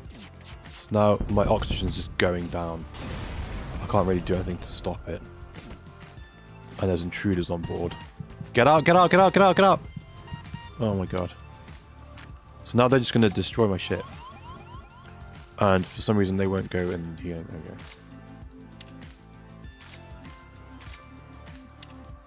No, it's a problem, because they're slightly better at combat. So I have to keep healing. But now I need to kill them in time that I can still repair my oxygen.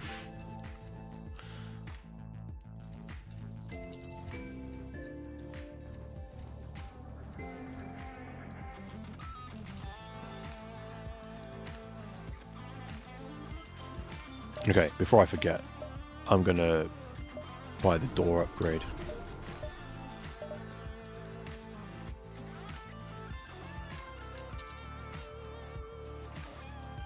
So now the doors are reinforced, and they don't open for them. They have to break through.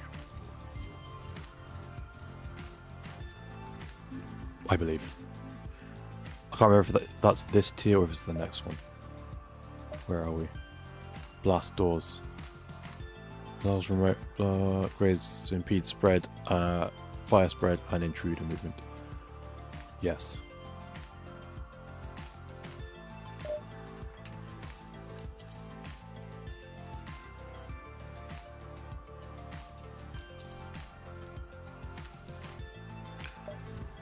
I need the drones.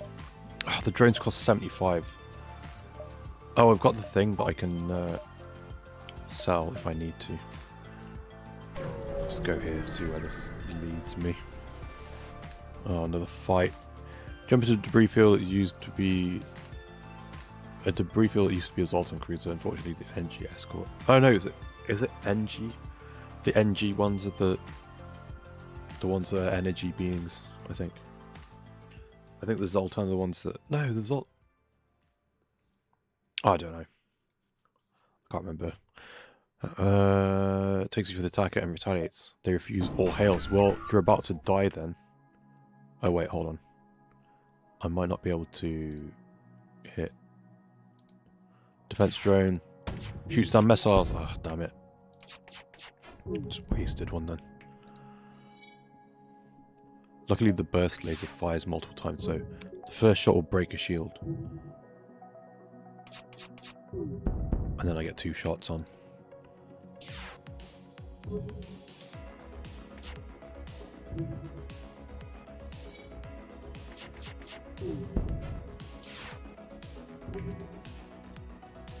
As long as my shots hit, we're good.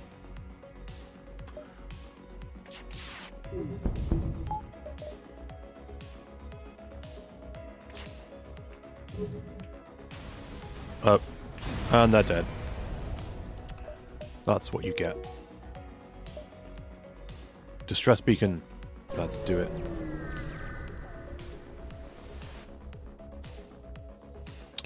Oh, they want fuel. No. Okay, here's some fuel. I'll be nice and hope that I find a shop.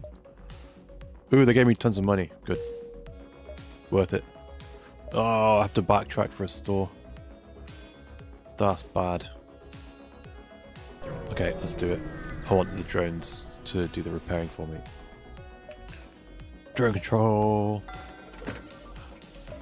Wait, boarding drones. I don't want boarding drones. I want the ones that... You can get ones that board enemy vehicles, but you can get ones that they're like defense drones, so they patrol the inside of your ship if someone intrudes.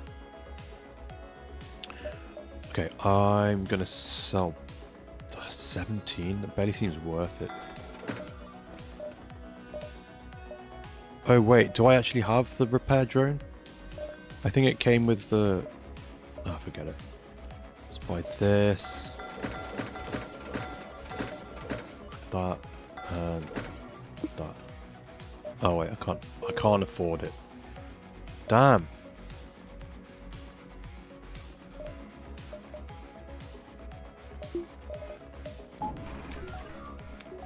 Oh, I didn't get a repair drone. Oh, I'm so sad. What I would give for a repair drone.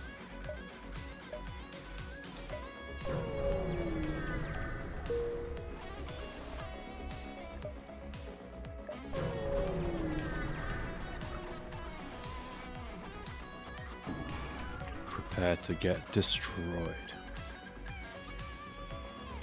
Oh, that's an enemy drone. So if I turn this on, I think... Oh, it shoots down missiles, but it doesn't prevent this from happening. Oh dear, that's bad. Oh no. All hands on deck to repair the med bay. And now you're dead. That's what you get.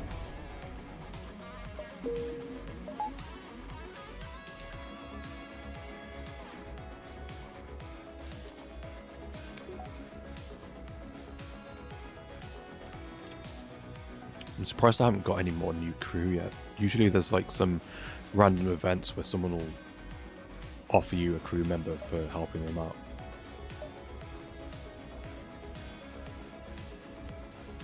What happens if they find me, I have to fight one of those, like the orange ships, the rebel ships, but they'll be a lot tougher and they'll probably kill me, especially at this point.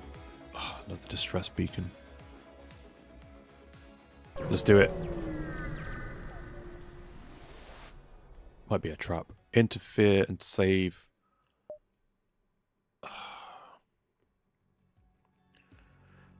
Your jump interrupts a Zoltan security ship as it follows a Mantis pirate. Okay, well I want to help. The Mantis is the little bug thing that almost took my ship out, so I'm going to help the Zoltans. And this is a Zoltan sector, so you overtake the Zoltan and catch up with the Mantis ship in the asteroid belt. Time to make some friends. Booyah.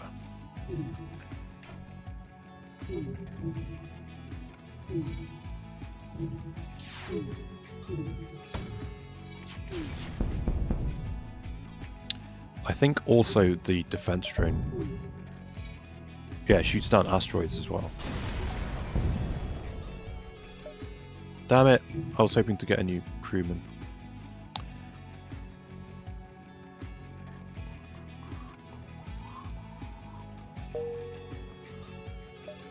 Okay, I'm going to push my luck and go here as well.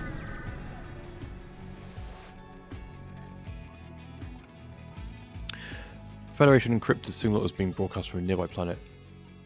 Send an away team party to investigate. Let's do it. I've got some more stuff. I'm getting a bunch of resources, but I want... I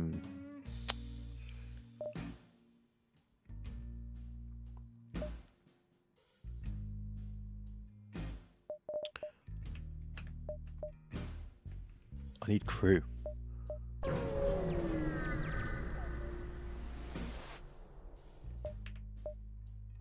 You jump into a sector filled with civilian activity. You scan the various advertisement channels while waiting for your FTL to charge, and are intrigued by a grey market shipwright. Trade. Do I get the fuel for? Yeah. I need more fuel. Boom, 20 fuel. Let's do it. Okay, I think I'm gonna go Uncharted Nebula, because then I can. Now that I've got 20 fuel as well, I can just hit like all the zones.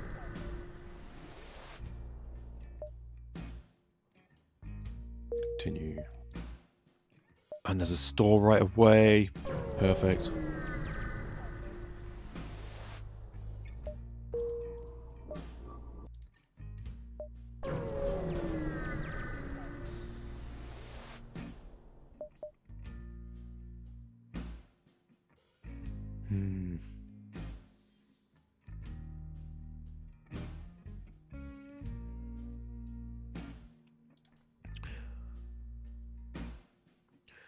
Get disoriented in the nebula and lose your bearings completely. It takes some time to get back to the beacon. It's like the fleet... Oh. Damn it. That completely backfired.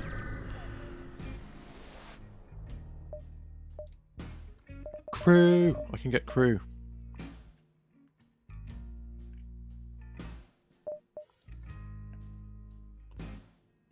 Selling the defense drone.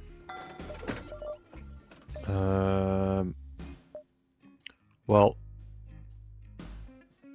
we're getting one of these. Zoltan allies of the energy. Their innate energy can power ship systems. Oh, I was right. Zoltan of those ones. Okay, I'll get one of these. Okay, we're gonna put you in shields. Save location. And then, how do I, okay, who would be here?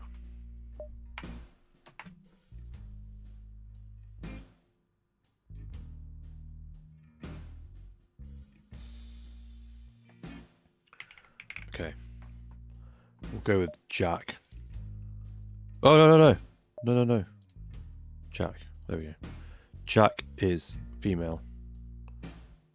And has, like, psychic powers and stuff. Except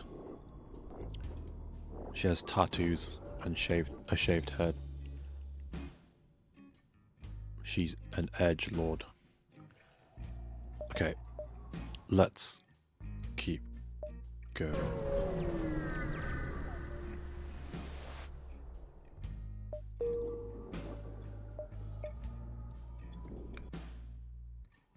Didn't find anything.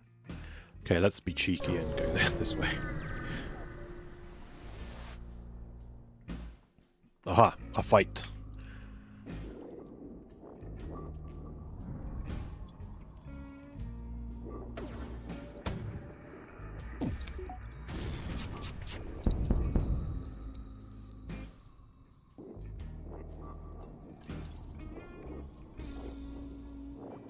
Oh. I'm just sitting here like an idiot. I need to command my ship to do stuff.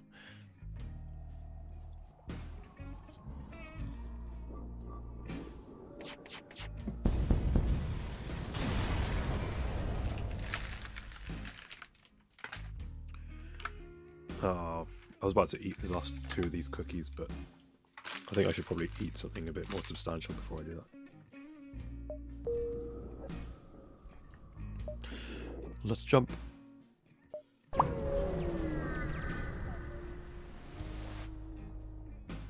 Attack the pirate. Pirate ship arrives shortly after you. Judging from the fact that it's attempting to board your ship, you assume it's a smuggler trying to stare from the beacons. Let's mess them up. Ooh. I can't remember what this means. The green shield.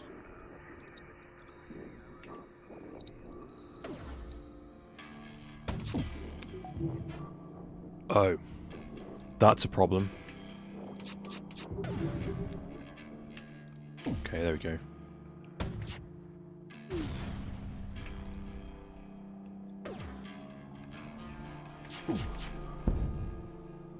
We realise our ship's no much for us. If you let us go and make it worth your while.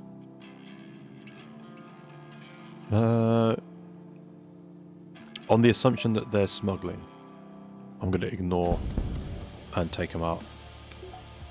And try and get a bigger reward.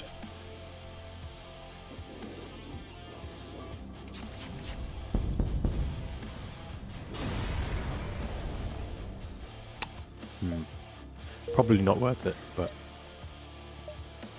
Unvisited possible ship located.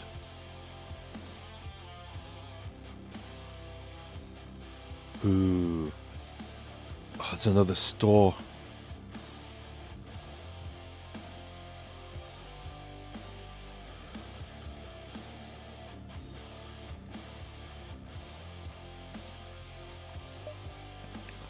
Doing it.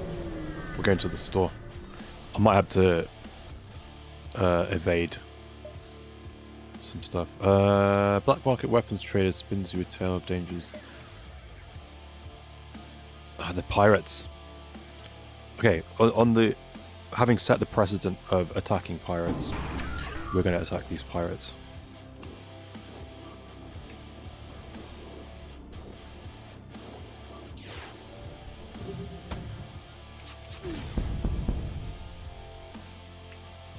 The other cool thing with this is these little timer bars. The missile is ready. Sure, I'll take that. The missile is ready before the laser, so it'll fire first if you queue them both up. Drop the shields if you aim for the shields.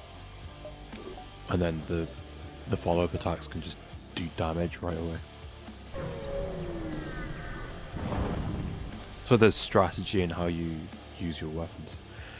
A rock armoured transport nearby looks to have lost its bearings, but when you hail them, you grow suspicious. The love of life form you are, we find you repugnant. We seek no aid, leave now. Repugnant armed weapons. I won't stand for this.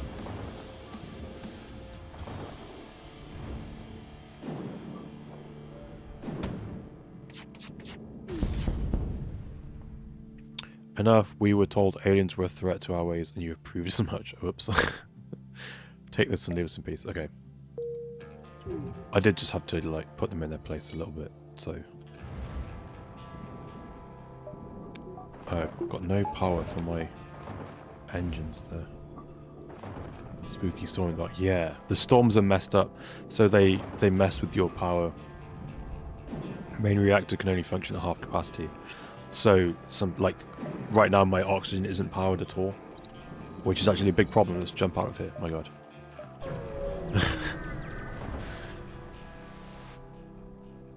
But now I've just jumped into a place. And if I was about to fight... I'd be in trouble, because half my stuff's unpowered.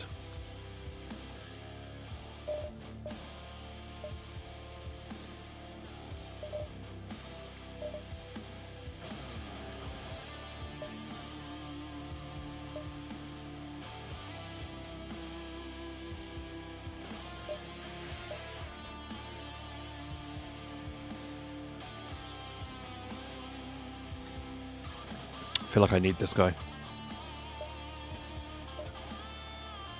I'm gonna call him Rex.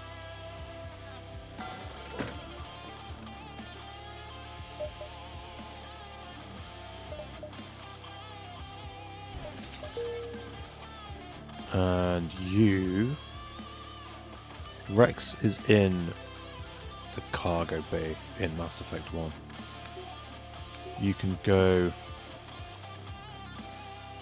You can go in the doors bit, I think. Whoops. Because that's... Or maybe the... Screw... Oh god. Repower the oxygen. Oh my god. I've... Stupid.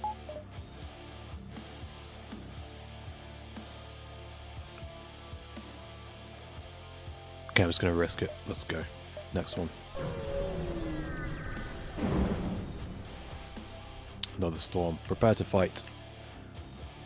Okay, first things first. Oh, I don't have enough power to... Okay. I'm gonna unpower my engines, which is stupid. Oh dear. Go fix that, please.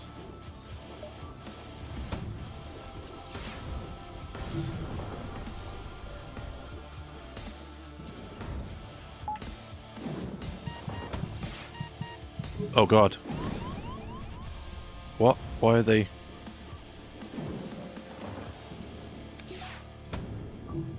Oh, they just got hit in there, that's why. Oh, this is bad. This is real bad.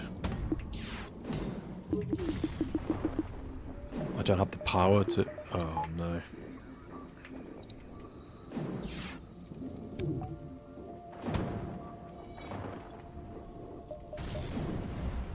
Ouch. Oh, I'm being hacked now.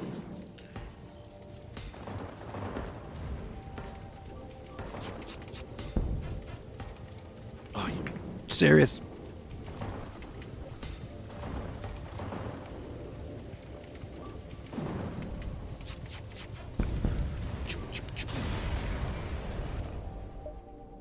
Ship explodes, etc. Oh my god. You go in there, you're immune to fire. I like the rock guy. He just, when he's putting the fires out, he's jumping on it.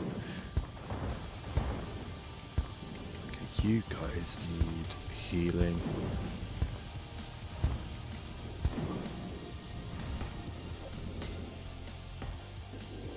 What a beast. Why are we not healing? That's why.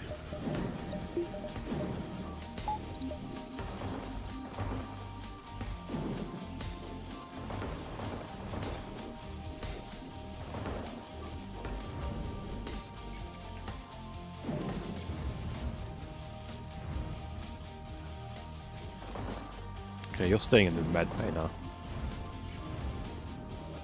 Until I get another female human. And then we'll make Dr. Drhakonis. Okay, let's power my engines. Oh, this is gonna go bad. And there's nothing here. Fantastic. That's brilliant. Oh.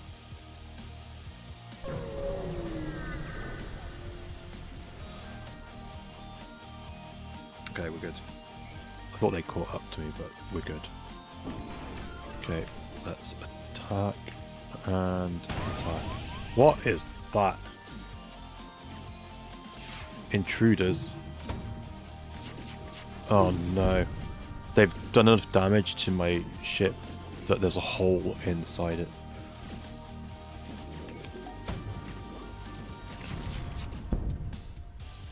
Trying to escape. Well, tough. Wait, they're actually preparing the thing. Well, it's too late now.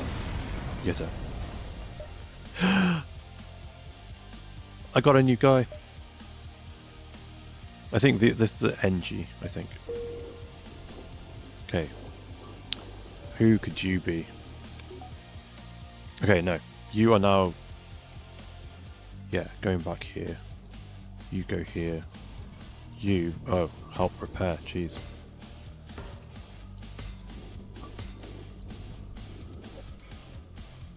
Okay. You guys need oxygen, please. And heal. Right. Oh, I didn't rename these guys. Okay, hold on.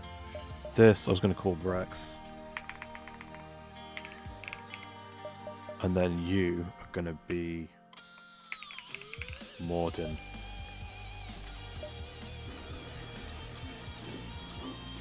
In Mass Effect, this guy is part of the race that sterilized this one.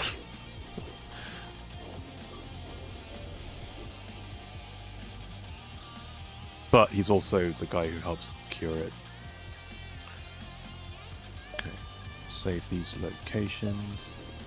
Let's get the hell out of here. I thought I would... Oh no. I'm gonna have to survive against the rebel ships now. See, they've got like tons more health, double shields.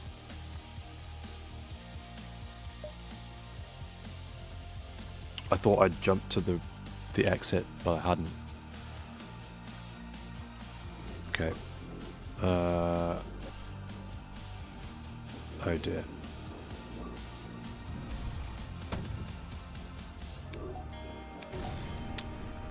Great.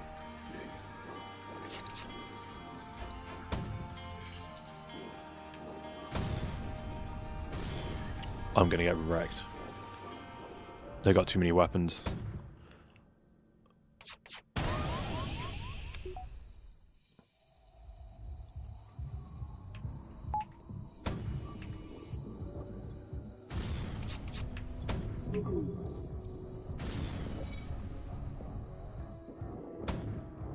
As soon as this is ready, I jump. Oh god. Jump, let's get out of here. Next sector. NG Homeworlds, civilian. Hopefully we're okay. Mantis has been threatening the energy core worlds, but you should be able to stock up for your journey. Oh dear. This is a problem.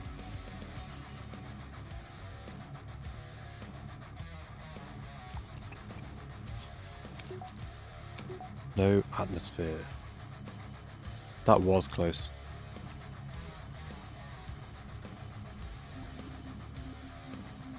We made it though. We're all good. Kind of. I think where I'm at in the progression of the playthrough, I should have at least another weapon by now, and maybe some drones. Hopefully there's a store nearby. I don't see one yet. They only show up when you get closer to them. So anyway, I think I'm going to call it a night. It's 11 PM for me. And save and quit. It gets more hectic. You know what? Let's do a quick double check, see if there's any new stuff going on. No new updates. That's the time it was before.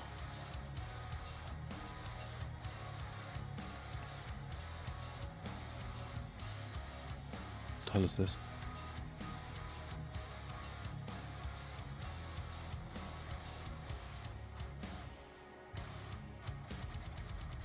What is this? Everything you've seen from all N7 days will connect. It's from 2 hours ago. We'll add to post, but it's not added to post, no?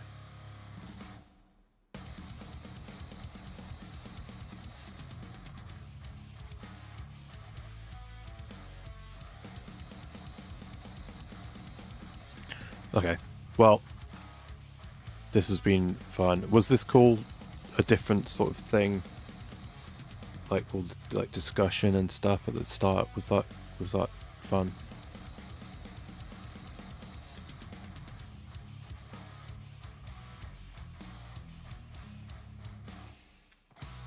This was fun. Okay, good.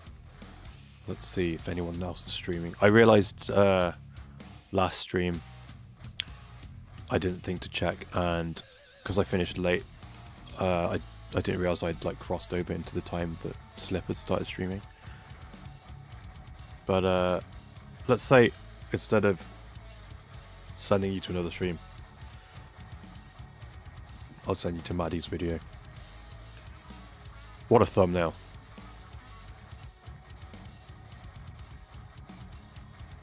The Halloween District really came out well. Okay. Thank you for watching. Please like, and I will see you in the next stream. I don't know when the next stream will be, because I'm going to be busy editing, but at the very least, probably can say it'll be Halo next time, I guess. We'll start Halo 4. Is that what we're up to? Halo 4? Yeah. Okay. Thanks for watching. See you next time. Goodbye.